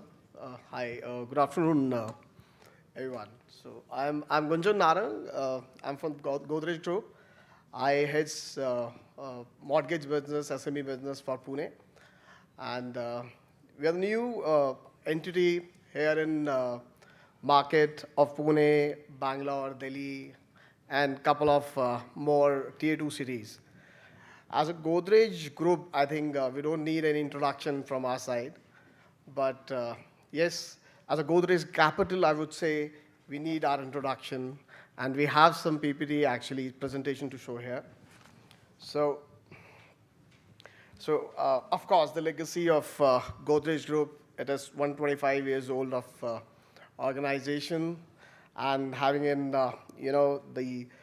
the most important value of trust commitment for millions of customers, and has been serving from last more than 100 years to millions of customers now. Started with, I think, the Godrej lock, everyone knows. We established in 1897, and of course, with the lock, then get into a properties business, 1990. incorporation of our Godrej Agrobit in 1991, 2001, summer products emergence, and partnership with ISRO for first Mars mission in 2014, launch of Godrej Housing Finance in 2020, November 2020, of course, and then launch of Godrej Capital in 2022. So that's the journey that we have so far. Godrej Capital, we are into finance. I think couple of years back, I saw a movie wherein somebody asked someone that, "Hamari industry ko kya chahiye?" So they said, and somebody replied, entertainment, entertainment, entertainment. And the second word that I heard from Mr. Chandrakant today, that hamari industry ko kya chahiye? It's finance, finance, finance. Nothing else. So we're here to finance you. We have launched ourselves. We have started doing about 500 crores of business every month in our 11 cities that we have, apart from all the metro cities. Desai sir, I heard your question. We are here to support you, sir. We are here to support you. We have a couple of products wherein you can extend your, the products. We have a couple of products wherein we can support all the entrepreneurs here. So we are doing loan against property. We call it industry best LAP, loan against property. We can go up to 25 years of tenure, wherein the average tenure in market for loan against property is 15 years. We have a lowest EMI with Design Your EMI. So I'm sure a couple of the entrepreneurs, couple of customers, couple of borrowers have been facing a lot of EMI issues during COVID periods. We are here to design your EMI as per your wish. You can continue paying the only and only interest for starting 36 months, and then you can start paying your principal along with the interest. So that's the beauty of our product. We can go up to the LTV of loan to value of 80% of your loan. We can give you the booster app as well, and you can have a cumulative LTV of 80% on your loan value. LRD, lease rental discounting, we go up to 25 crores in all the cities. Yes, so somebody is having something in, some problems in COVID, we can go up to funding of 6 crores rupees on your average bank balance as well. So if you don't have financials, you have a very, very limited profitability in your financials, your balance sheets, we can go up to 6 crores of loan funding on your average bank balance. So we can club your 2, 3, 4 current accounts as well, or maybe one of your saving accounts if having some of UPI payments in there, in terms of proprietorship firms and all. Cash profit, FOIR, you can go up to, on your income, you can go up to 150% of your cash profit. So generally, it's there in market, like in the other competitors can go up to only 100%, maybe 110%, barring couple of banks. But we can go up to 150%. We are there to support you to create your business. So flexi repayments, as I mentioned that, you can design your EMIs, you can flexi also your repayments. If you're not right now ready to repay your EMIs monthly basis, you can pay bi-monthly, maybe a quarterly also.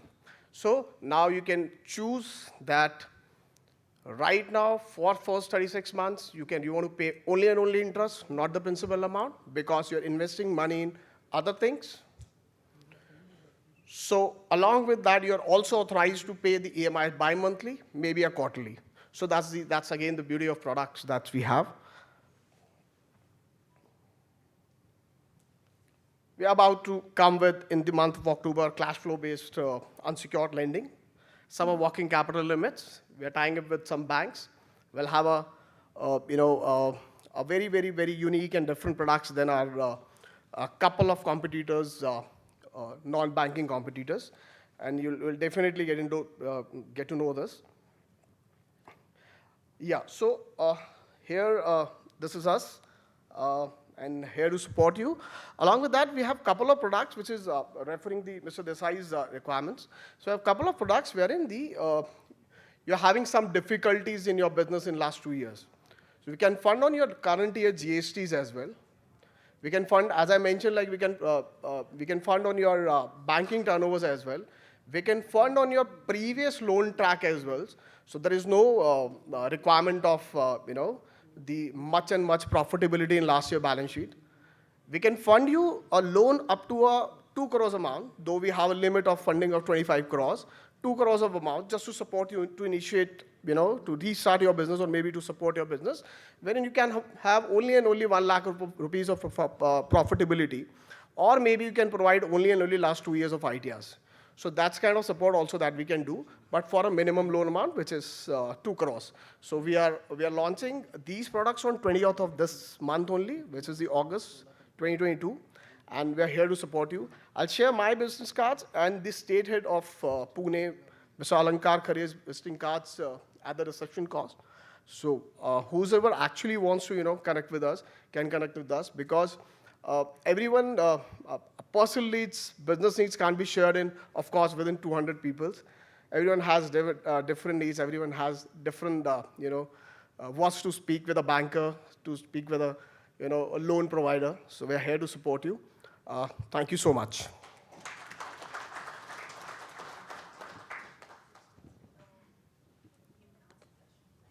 Sure. Any query that you have? Yes, sir. Hello.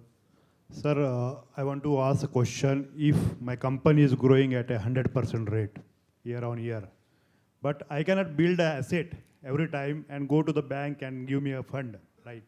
So the bankers like you or the financiers like you should provide a finance to the organization who are growing at a well speed, but they don't have any asset previously built with them, right? Absolutely. We need a time to build an asset. We can build it, but Absolutely, we need a time, but we cannot wait for the growth.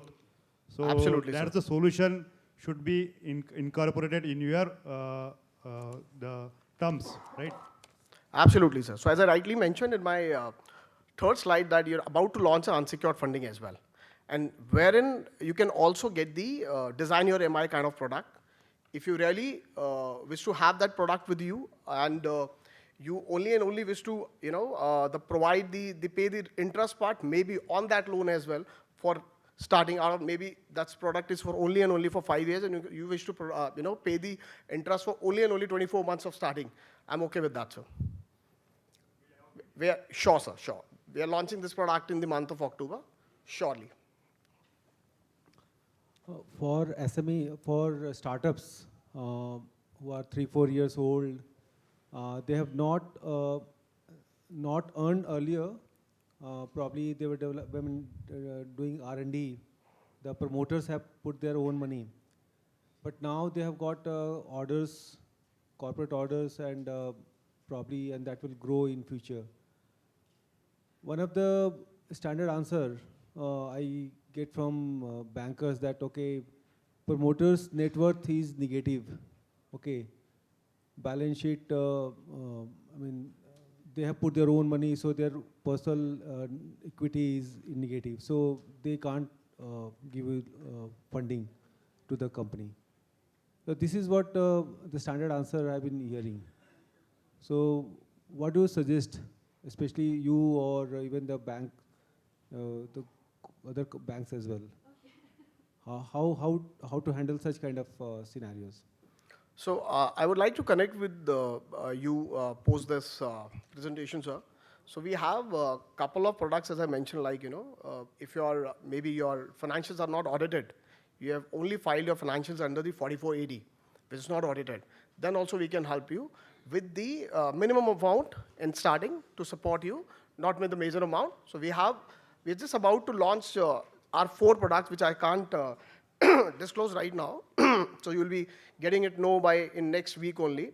Then we have 4 products, which is actually there for people who are maybe have some downfalls in financials and maybe doesn't have a great financials, not even great, even above average financials, which is normally unaudited financial calls in market. So definitely I'll connect with you, sir. Yeah, thank you so much, everyone. Thanks for the listening. Thank you so much, sir. Well, moving ahead, we would now like to invite our next speaker, who will be highlighting on the topic of economic outlook and interest rate scenario. Please put your hands together for Ms. Upasnya Bhardwaj, Chief Economist, Kotak Mahindra Bank. Very warm welcome to you. Thank you. Good afternoon, everyone. I know it's a pre-lunch session, so I'll try to make it as quick as possible. We've seen a lot of diverse topics being discussed here, from logistics to financing to protection. So I'm just extending this diversity to talking about now the economic outlook going ahead. This does have a major bearing because from all the aspects that we're talking about, the costing is another important aspect. So whether it is the exchange rate or the interest rate view, that does have a bearing for all of you, I believe, as stakeholders. And hence, I'll quickly try to provide you some direction on where we think each of these are stepping towards. So just very quickly, I have a couple of slides, but I'll just quickly pass by them. But broadly, I'll tell you is globally, some of the important themes that are driving the markets are high inflation, persistently high inflation. This is no more just a one economy or a two economy problem. It's a global problem now. It is not yet showing reasonable signs of abating. So the central banks worldwide are striving hard to act there, which clearly means that much more tighter monetary policy, which means higher cost of borrowing going ahead. That is the only way they can manage to tame inflation. And when we are talking about inflation, this is an unprecedented level of inflation we're talking about. We've not seen that in decades now. And hence, the nature of aggressive action by most of the central banks globally is also as aggressive as what we've never really seen in the recent history. So that is one important aspect to keep in mind. Obviously, with that, with the tightening financial market conditions, comes the impact on growth. So when we're talking about higher cost of borrowing, that will have a bearing on demand. That will start weighing on consumers' ability to purchase, and hence have, and also, of course, it will have a bearing on investment plans, and all of that will start weighing on growth. So slow growth and a high inflation, this has become the new norm, and this is clearly likely to go ahead. There are early signs of some easing. Now, unfortunately, the world economy has seen successive shocks, one after the other, over the last 2-3 years. Even before the pandemic, Indian economy was slowing down, but then comes the pandemic, and we've seen unprecedented supply shocks globally, which has had a bearing. So inflation became a supply-led inflation because of COVID. And post that, then comes additional Russia-Ukraine problem, which is added on to the supply-side issues, and that has further worsened the situation. Having said that, now we are seeing some early signs of abating of price pressures, but it's just too early to really say whether victory has been achieved or not. Nonetheless, metal prices are down from the peak seen in April. Global food inflation is down. So all of these factors, shipping costs, freight costs, you all would have experienced that impact now from the highs that we saw in April to now. Some kind of impact is visible there. So like I said, central banks all over the world are just going ahead. Whole of 2022 is going to be a period of rate hikes. And the impact of that will be seen on the cost of borrowing, the lending rates clearly. So this is for India.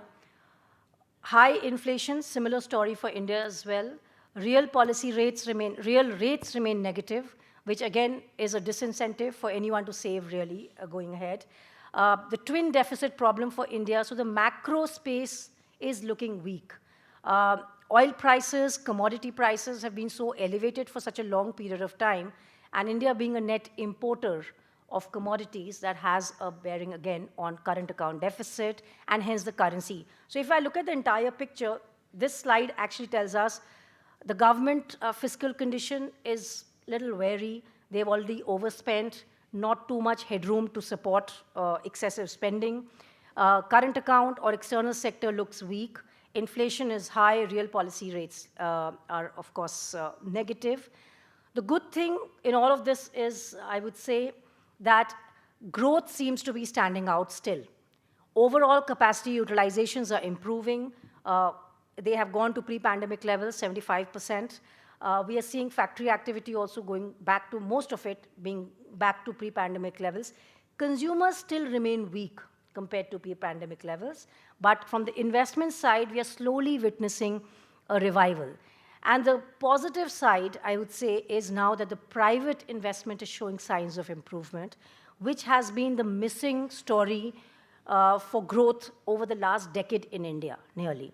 It has largely been led by government spending. So now we are seeing early signs of capex revival in the private sector as well. And that is somewhere reflected in our capacity utilizations being visible. Exports has been, again, in the last 2 years, I think we've seen stupendous growth in exports. Some of it was led by value impact because commodity prices were higher, but a large part was also led by volume impact. We have seen this China plus one policy, diversification globally, all of that has been helping. So we have seen export sector doing fairly well. Of course, now that we're talking about a global slowdown story going ahead, we do expect that exports is going to take a hit. Maybe the early signs are already visible to many of you as exporters, but going ahead, probably in the 3 to 6 months down the line, we will see much more visible signs of slowdown because globally, in the bigger economies, we're already seeing early signs of slowdown. So that will be the case. Nonetheless, like I said, for India as a whole, it is more domestic-led driven, and we are looking at that India's GDP growth is going to be 7.3%. For this year, which is going to be the highest growing economy in the world. So, but this has a ramification on our external sector because higher domestic growth means higher import growth. And obviously, because the rest of the world is slowing, so export growth will be slower, and the external sector imbalances are going to worsen going ahead. But from a long-term perspective, I think what is important to keep in mind is the PLI scheme is one of the best things that have happened for the manufacturing sector. And in the next 5 to 7 years, we do expect this to really fructify, and we start seeing the impact of this materialize significantly across the sectors. And I do expect that this scheme is going to expand beyond the existing sectors. But for now, we need to see the impact of this itself. What we do expect is, over the course of next 5 to 7 years, our estimates suggest that about 2 lakh crore of value add, this is not revenue, but value add, should be happening annualized every year over the next 5 to 7 years, if I was to cumulatively talk about each of these sectors.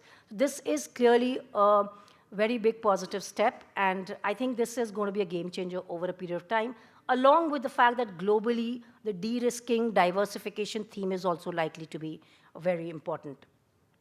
But like I said, when we're talking about a differential pace of growth, wherein India's economy is growing faster than the rest of the world, then that will have a bearing on the current account deficit, which means that imports are going to be higher. Net imports are going to be higher than exports, which obviously means has a bearing on exchange rate. So INR, dollar rupee has to go higher from the current levels. Fundamentally, we cannot sustain the levels that we are seeing here.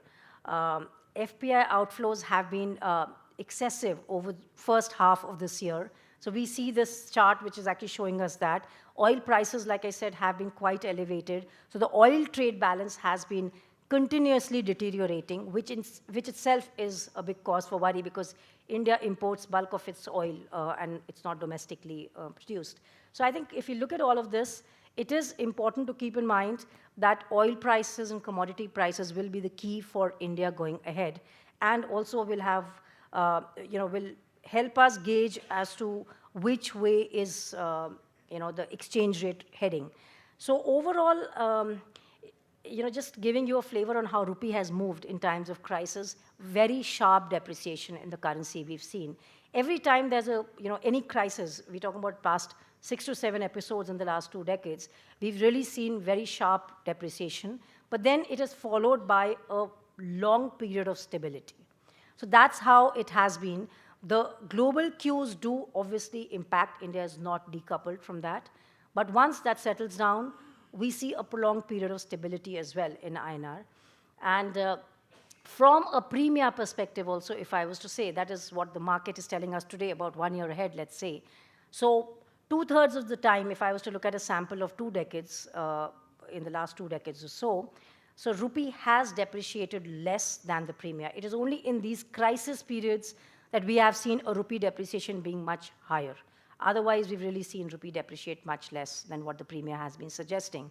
So overall, what I'm trying to arrive at is, the key theme is inflation and growth here, number one, globally as well as domestically. But because growth differentials are in favor of India, so the net current account deficit is higher for India. In that context, the pressure on rupee is going to be there. And to ensure that we don't see a runaway move, depreciation in the currency, RBI or the central bank will have to keep stepping up its action on the interest rate as a defense for INR. So globally, if all the countries' central banks are acting on one direction, India, even if growth is good and inflation is probably likely to peak out in the next 1 or 2 quarters and come down, India will have to act. So we are looking at incremental more rate hikes as well. From a lending rate perspective, if I was to just put it in context, incrementally, most of the loans have become EBR linked, so they're external benchmark linked, which is repo rate, which is a policy rate currently. And we've seen about 140 basis of 1.4 percentage point increase in repo rate, of which broadly we have only seen about 40-50 basis of impact on the lending rate. So we still have about 100-115 basis of the pass-through, which is likely in the subsequent few months. We are looking at RBI to go ahead with incremental rate hike of 60 basis more, which means repo rate will settle at around 6%. And to that, the catch-up on the lending rate also has to happen. So deposit rates will also increase. Liquidity is tightening with the banking system. So we are seeing that impact, and hence deposit rates will increase. Concomitantly, we expect the lending rates also to increase. And it is necessary at this point in time when we look at the macro picture from a financial stability point of view. So if interest rates remain very low, then we will see massive capital outflow, and that will destabilize the system. And RBI will not then have the wherewithal. So for now, there is adequate FX reserves with RBI. They have been acting very aggressively to manage the currency. We have got a direction from RBI through their actions in the market that they will ensure that dollar rupee does not breach the $80 mark. So we have seen aggressive intervention of dollar selling by RBI. So every time rupee is threatening to move towards 80, we've seen adequate intervention, because of which obviously they're selling dollars and hence the FX reserves are coming down. So from the beginning of the year, when we had $672 billion of FX reserves, including the forwards, it has come down by about $65 to $70 billion. We have seen aggressive intervention by RBI to manage the currency. That is the reason why rupee is around 7% down and not somewhere further extreme. For example, if we talk about Korean won, euro, GBP and all, who are much more vulnerable at this point. So there is still adequate cushion for RBI to act and manage the currency. We are looking at a dollar rupee range of about 78 to 80. 80 is something which is likely to hold only because RBI will be there to manage it. Otherwise, the bias is a little more towards depreciation of the currency. But I think RBI will be there in order to manage that very well. Yeah, and interest rate hikes are also expected. Maybe bulk of it has happened already, but some more room is there to act before we start seeing a peak of the interest rate hike cycle as well. Thank you. That's it from my end. Yeah, any questions? Hi. What sector are you seeing that's taking advantage of the PLI scheme? So when it comes to manufacturing, what is that sector, right? Is it textiles? Yes, absolutely. So I did put a slide, if you see. So there are electronics, mobiles, textiles. One second, let me just put it back. Page back. Yeah, so we have all these sectors here. So we have textiles, we have electronics, mobiles, food processing, auto and auto ancillaries. Some of it is there. So if we actually look at, it's okay. It's come? Yeah. So these are the sectors. These are the 11, 12 sectors that we have. Okay. So we have the ACCs, the advanced chemistry cells, solar panels, we have the mobile components, pharma, drugs, some of this. So some of these are already allotted. Much of it is already started work on.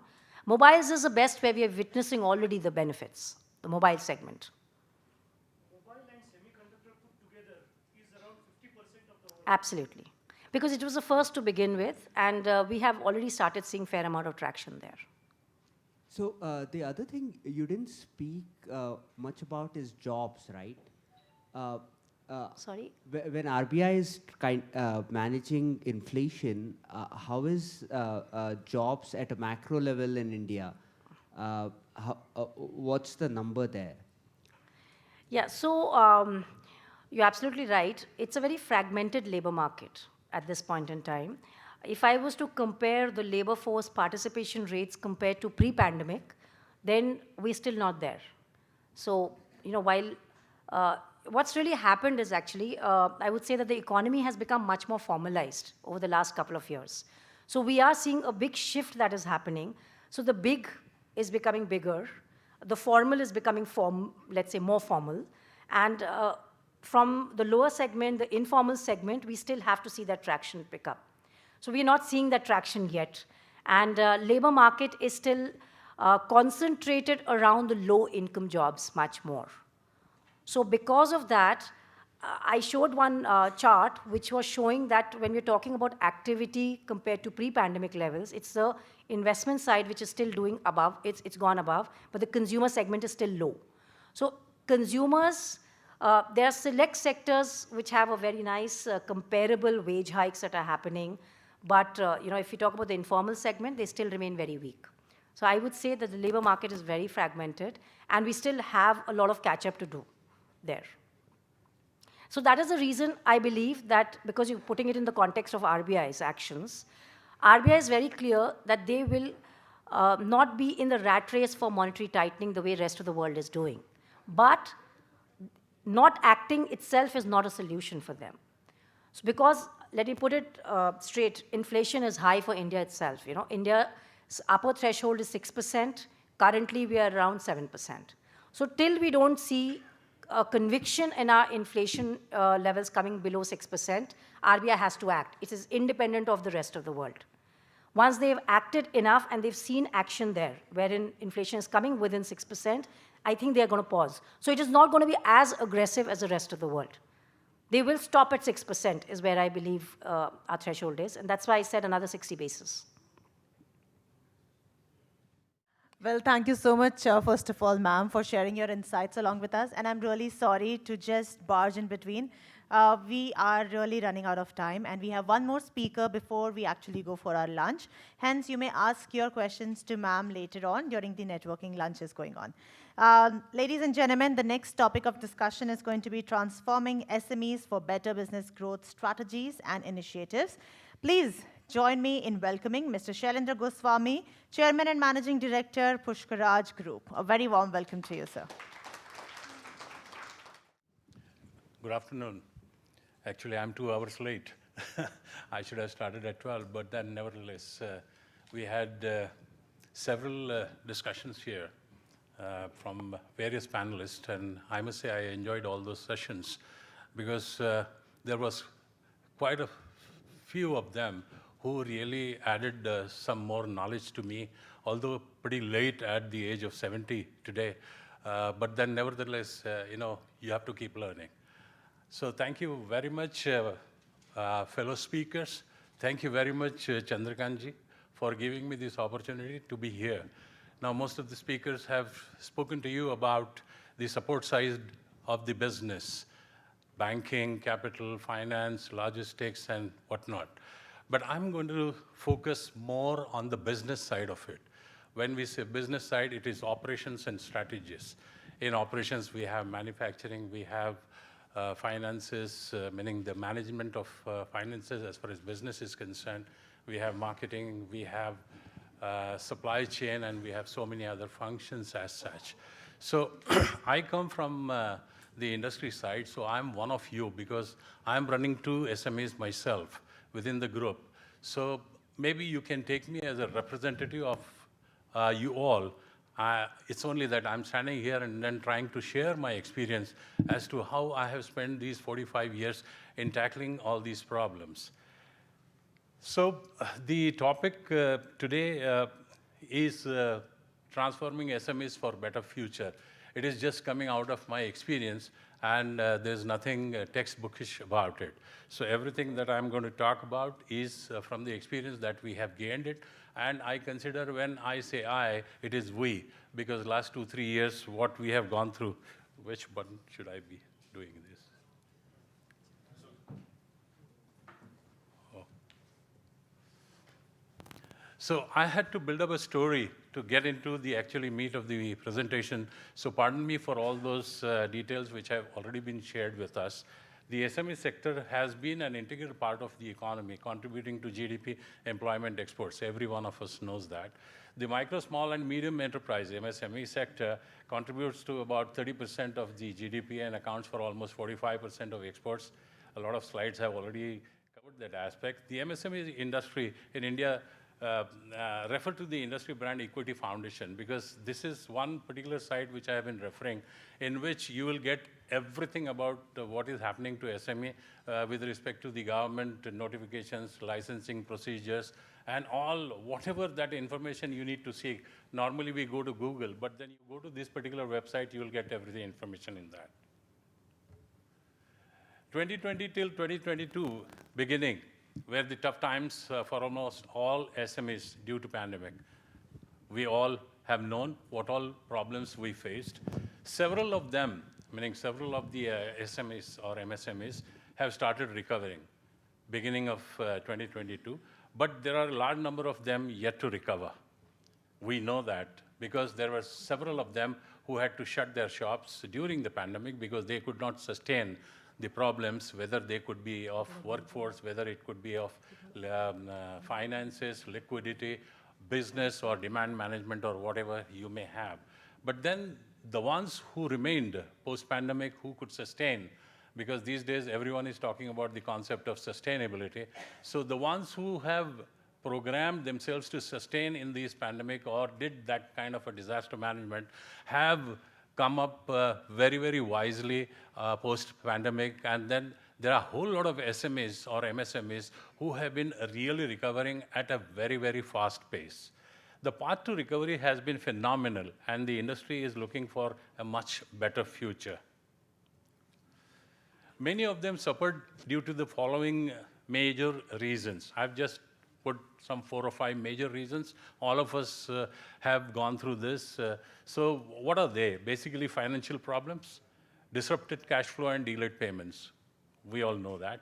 High input cost, because the supply chain was disturbed, supplies were not there, the chain was totally disturbed, so materials were not coming, deliveries were getting delayed.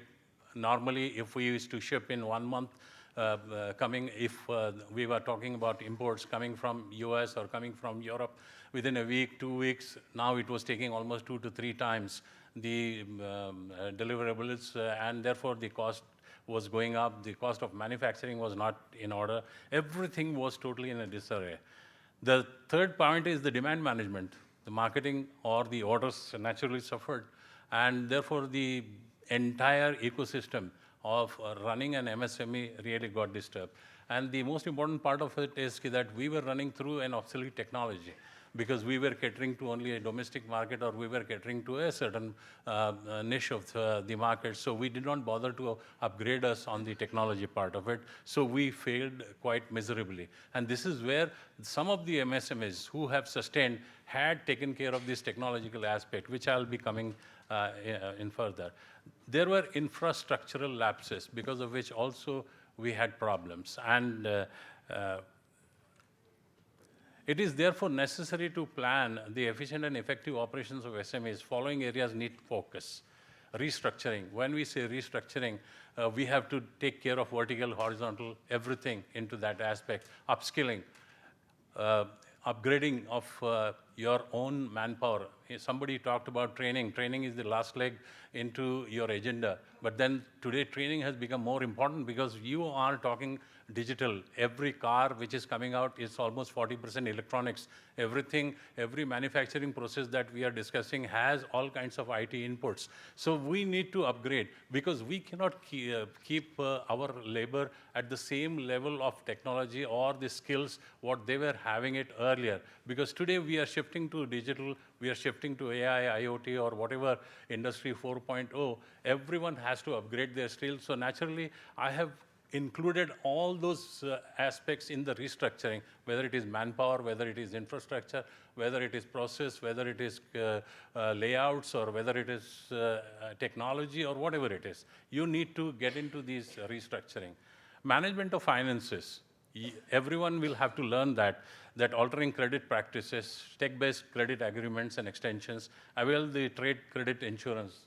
My friend talked about insurance here because we neglect that. Because when we are doing contracting with most of the multinationals, we are discussing about product liability clauses, et cetera, et cetera. And that is where the insurance comes into picture. And whenever we are running this kind of a credit line with our OEMs or with our customers, we need to also understand what are the facilities which are being provided by various insurance companies in covering our credits. Proper technological inputs have got to be given in the MSME sector as far as manufacturing is concerned, meaning technological input has to come across the board, whether it is manufacturing, whether it is supply chain, whether it is finance, whether it is MIS, or whatever you may say.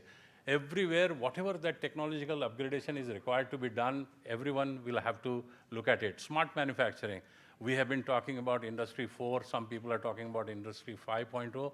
Now, when we are talking about smart manufacturing, all machines are going to talk to machines, and there is less input of manpower getting into the manufacturing process, which we are not used to.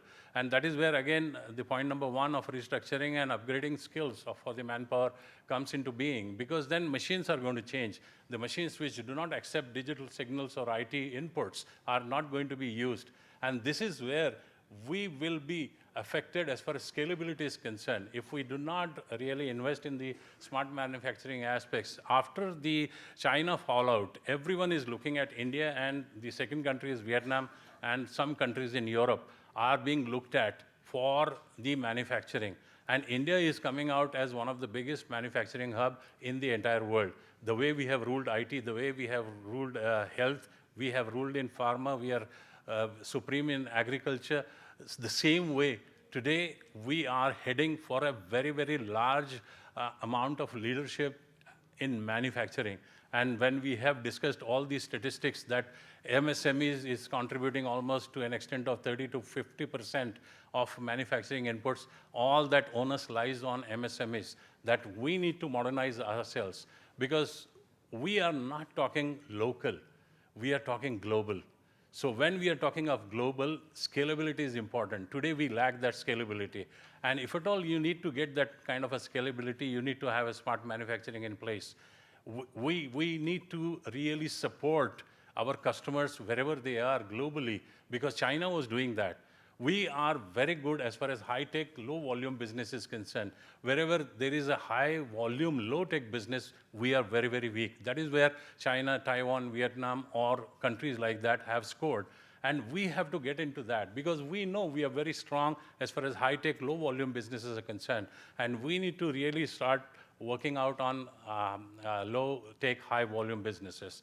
Then effective marketing and global perspective, which is what I just said, is that the market is not going to be only domestic, it has got to be global. Everyone will have to think of that. Then efficient management and strategies, and decision-making backed up by data.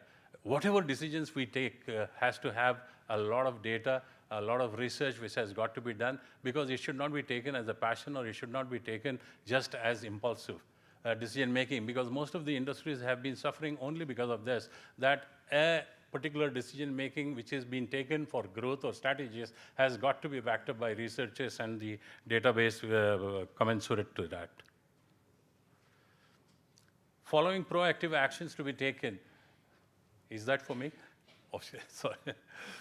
Hand-holding with government in policy making, taxation, a lot of people have discussed, PLIs, and subsidies, etc. We should participate proactively through, like Chandrakantji said, that SME is there. They could voice your concerns as far as these things are concerned. Through SME chamber, you can reach the government in hand-holding the policy-making procedures. effective long-term contracting with the large OEMs fueling future growth. Most of the times what happens that with OEMs, we assume that we are going to continue as far as OEM business is concerned, but that doesn't happen because today's world is very, very dynamic. The moment somebody offers any cost-effective solutions, you're gone. And that is where a long-term contracting to keep your sustainability in place, as far as business is concerned, your investment in place, you need to have that kind of a long-term contracting with the OEMs. Planning for finances to cope up with rising demand and high growth rates. Why this is required? Because today what has happened, that post-pandemic, suddenly the demands have gone up from all over the world because India has become a center for manufacturing. Now, the moment that growth rate has gone up on a large scale, finances get suffered. And this is where that growth rate has to be coped up with adequate finances which have got to be managed by us. Then think local and act global. So we reduce imports, increase exports. The other aspect which I had brought with me was the JVCs and technology transfers. Because if at all we need to become global players, we need to have our technologies commensurate to what globally everyone is going to have it.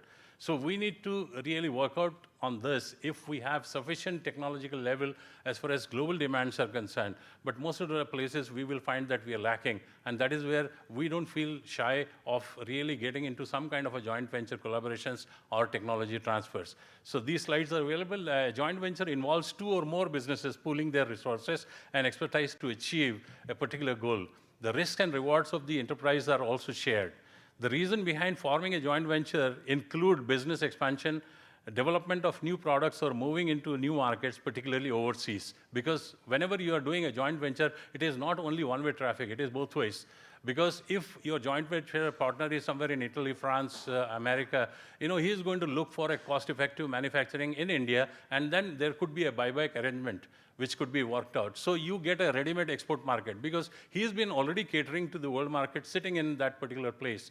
So, and for which you don't have access sitting in India. So when you do a partnership or you do a joint venture, you are getting into their ecosystem and then covering the entire global market. So this is the advantage of that. Your business may have strong potential for growth and you may have innovative ideas and products. However, a joint venture could give you more resources, greater capacity, increased technical expertise, and access to established markets and distribution channels. What to look for in a joint venture partner and how to make it work? I think types of joint venture, whether you would like to have a 50-50, whether you would like to have 60-40, 70-30, 80-20. What I normally say is that 51% is ownership, 49% is in employment. So as far as possible, we will have to either go for 50-50 or 51-49 or anything which defines us as owners.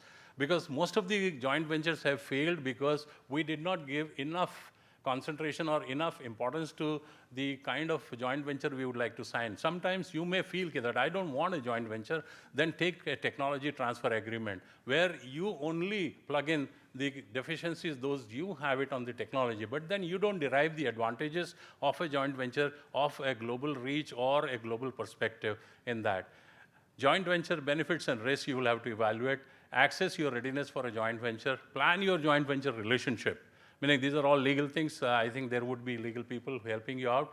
Of course, we are doing that regularly with most of our clients. Choosing the right joint venture partner. This is where also I can help you. Create a joint venture agreement, make your joint venture relationship work, and ending a joint venture. There has to be an exit clause for a joint venture, because most of the times we need to have that option of getting out, because sometimes in the initial stages, it's all grass is green. But then down the line, you feel that the joint venture is just not working. So you need to have some kind of an exit clause to work it out. I have taken a couple of examples of joint ventures which in different sectors. For example, in automotive, component and systems for EVs could be one area of a joint venture. Hydrogen cells, meaning these are the futuristic technologies where people have been working. And these are the areas. For example, hybrid vehicles. It could be fuels. If I take fuels, diesel, gas, electric mobility, and the hybrid combinations of it. So one who is operating on a conventional market can look at these areas for, but these are not the only ones, of course. I can keep discussing with you offline what all are the avenues open for joint ventures. Robotics and automation, AGVs, that is automatic guided vehicles, drones, robots. I have 4 companies waiting from Europe and America who want to locate an Indian partner here in India, and I'm not getting one. So I'm struggling for that. But then these people want to come down to India, and we have to proactively really approach them. IT products and services, banks, insurance, and pharma. For that, we can easily make some kind of a joint venture of people who are into IT services. There is a proposition which I have been working with our American office, where we are giving services to banks on legacy modernization, on fintech, where we are giving a substitute to SWIFT.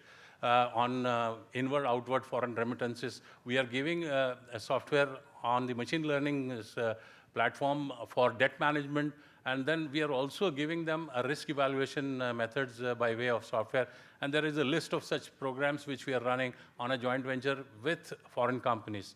Manufacturing, Industry 4 and smart manufacturing, naturally, you could collaborate with some good partners indigenously or overseas and get these things done. And agriculture, advanced farming technologies, we have been helping people from Israel on food processing as well as on agriculture, even with arid lands where there is a shortage of water, etc. And another aspect which is coming from Israel is the dairy, the processing plants and the products. Meaning, I have done several studies which I will share offline because there is so much to be done. Now, I have just picked up these 6 sectors. If you really go through each and every sector, there will be a possibility of creating some kind of a technological upgradation, joint venture, or things like that. And people like me sitting in Pune, and of course, my collaboration with Chandrakantji is going to really help all of you together. Because then ultimately, the goal is to make this country Atmanirbhar or Make in India. Very shortly, next month, I will be making another speech at one of the international platforms on Make in India in Vietnam. And I have spoken on this topic several countries. And there is a meet called International Meet on India. And that is where we will be projecting Make in India as a concept. And during the pandemic also, I have interacted with most of the MSMEs in doing almost 53 webinars in which I have created an ecosystem to understand challenges and opportunities in manufacturing for MSMEs during and after pandemic. Thank you very much. I think that was a little in a hurry. This is my contact number. Anybody can get in touch with me. My email ID, svg1091@gmail.com, and my mobile 9822038543. I can say that I'm here to provide solution. Last 45 years, I have been working tirelessly, and I'm just not giving up, just because I have reached a particular age number. Thank you very much. Thank you, Shailendraji. It's very knowledgeable and mentoring session must be, and very useful for all of you, because we have started with the technology. Tata has given you a smart solution, and automatically the Bank of India has assured you for a finance. And mostly those companies facing problem, Bank of India is available there to support you. Tata already had given you smart solution, so you can use smart solution, digitization, so that you can expand your reach. And of course,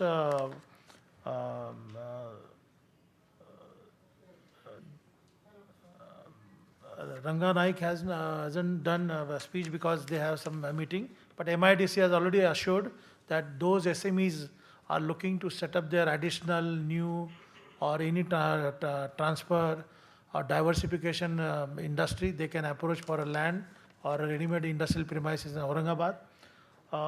We had very good knowledge shared by Gunjan Narangji from Godrej Capital.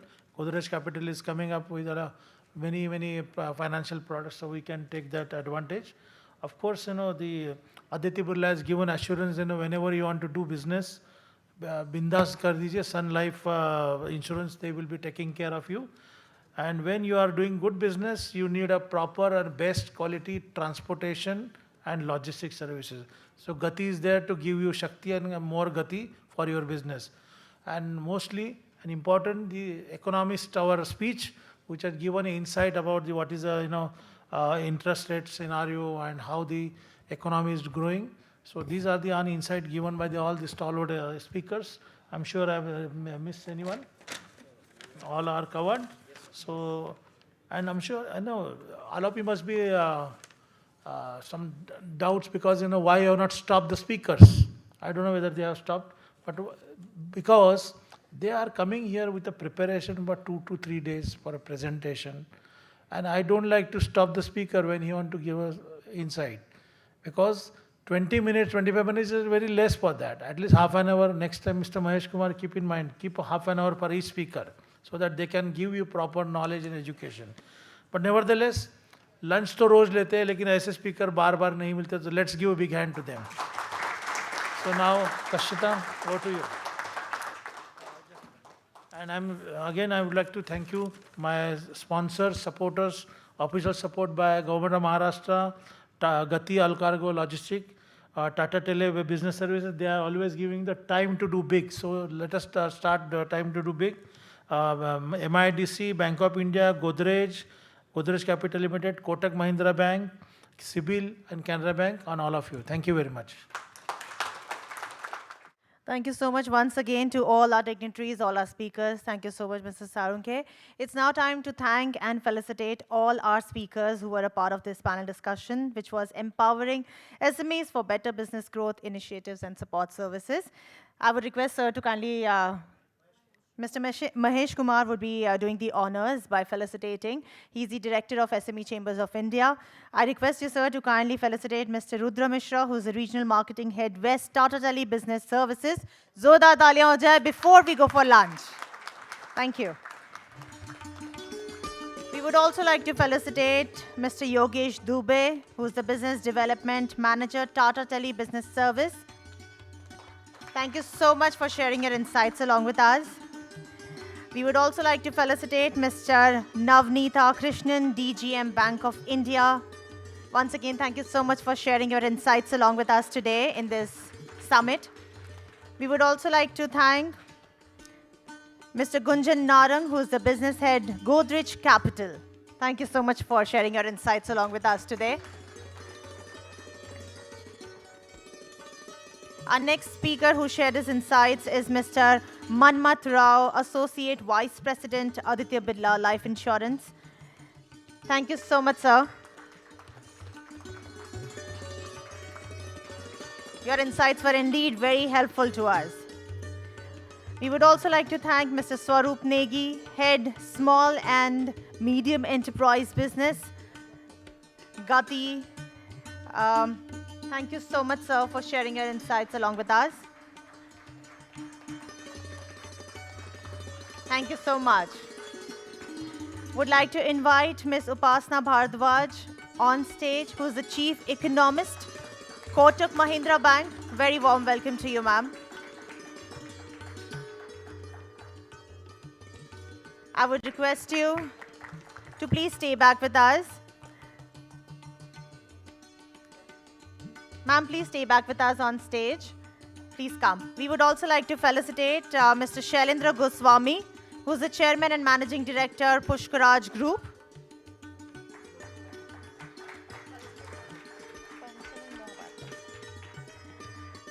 Thank you so much, sir, for sharing your insights. And we would also like to felicitate one more dignitary, Mr. Panchanan Mohapatra, Deputy General Manager of Canara Bank. Sir, can we please have you on stage? And before we proceed, we have a group photo op to be taken up. Sir, please join us on stage. A very warm welcome to you.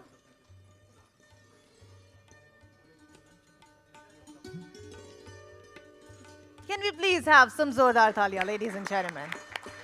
And now that we have everybody on stage, Chandrakant sir, we request you to kindly join us for this group photo op.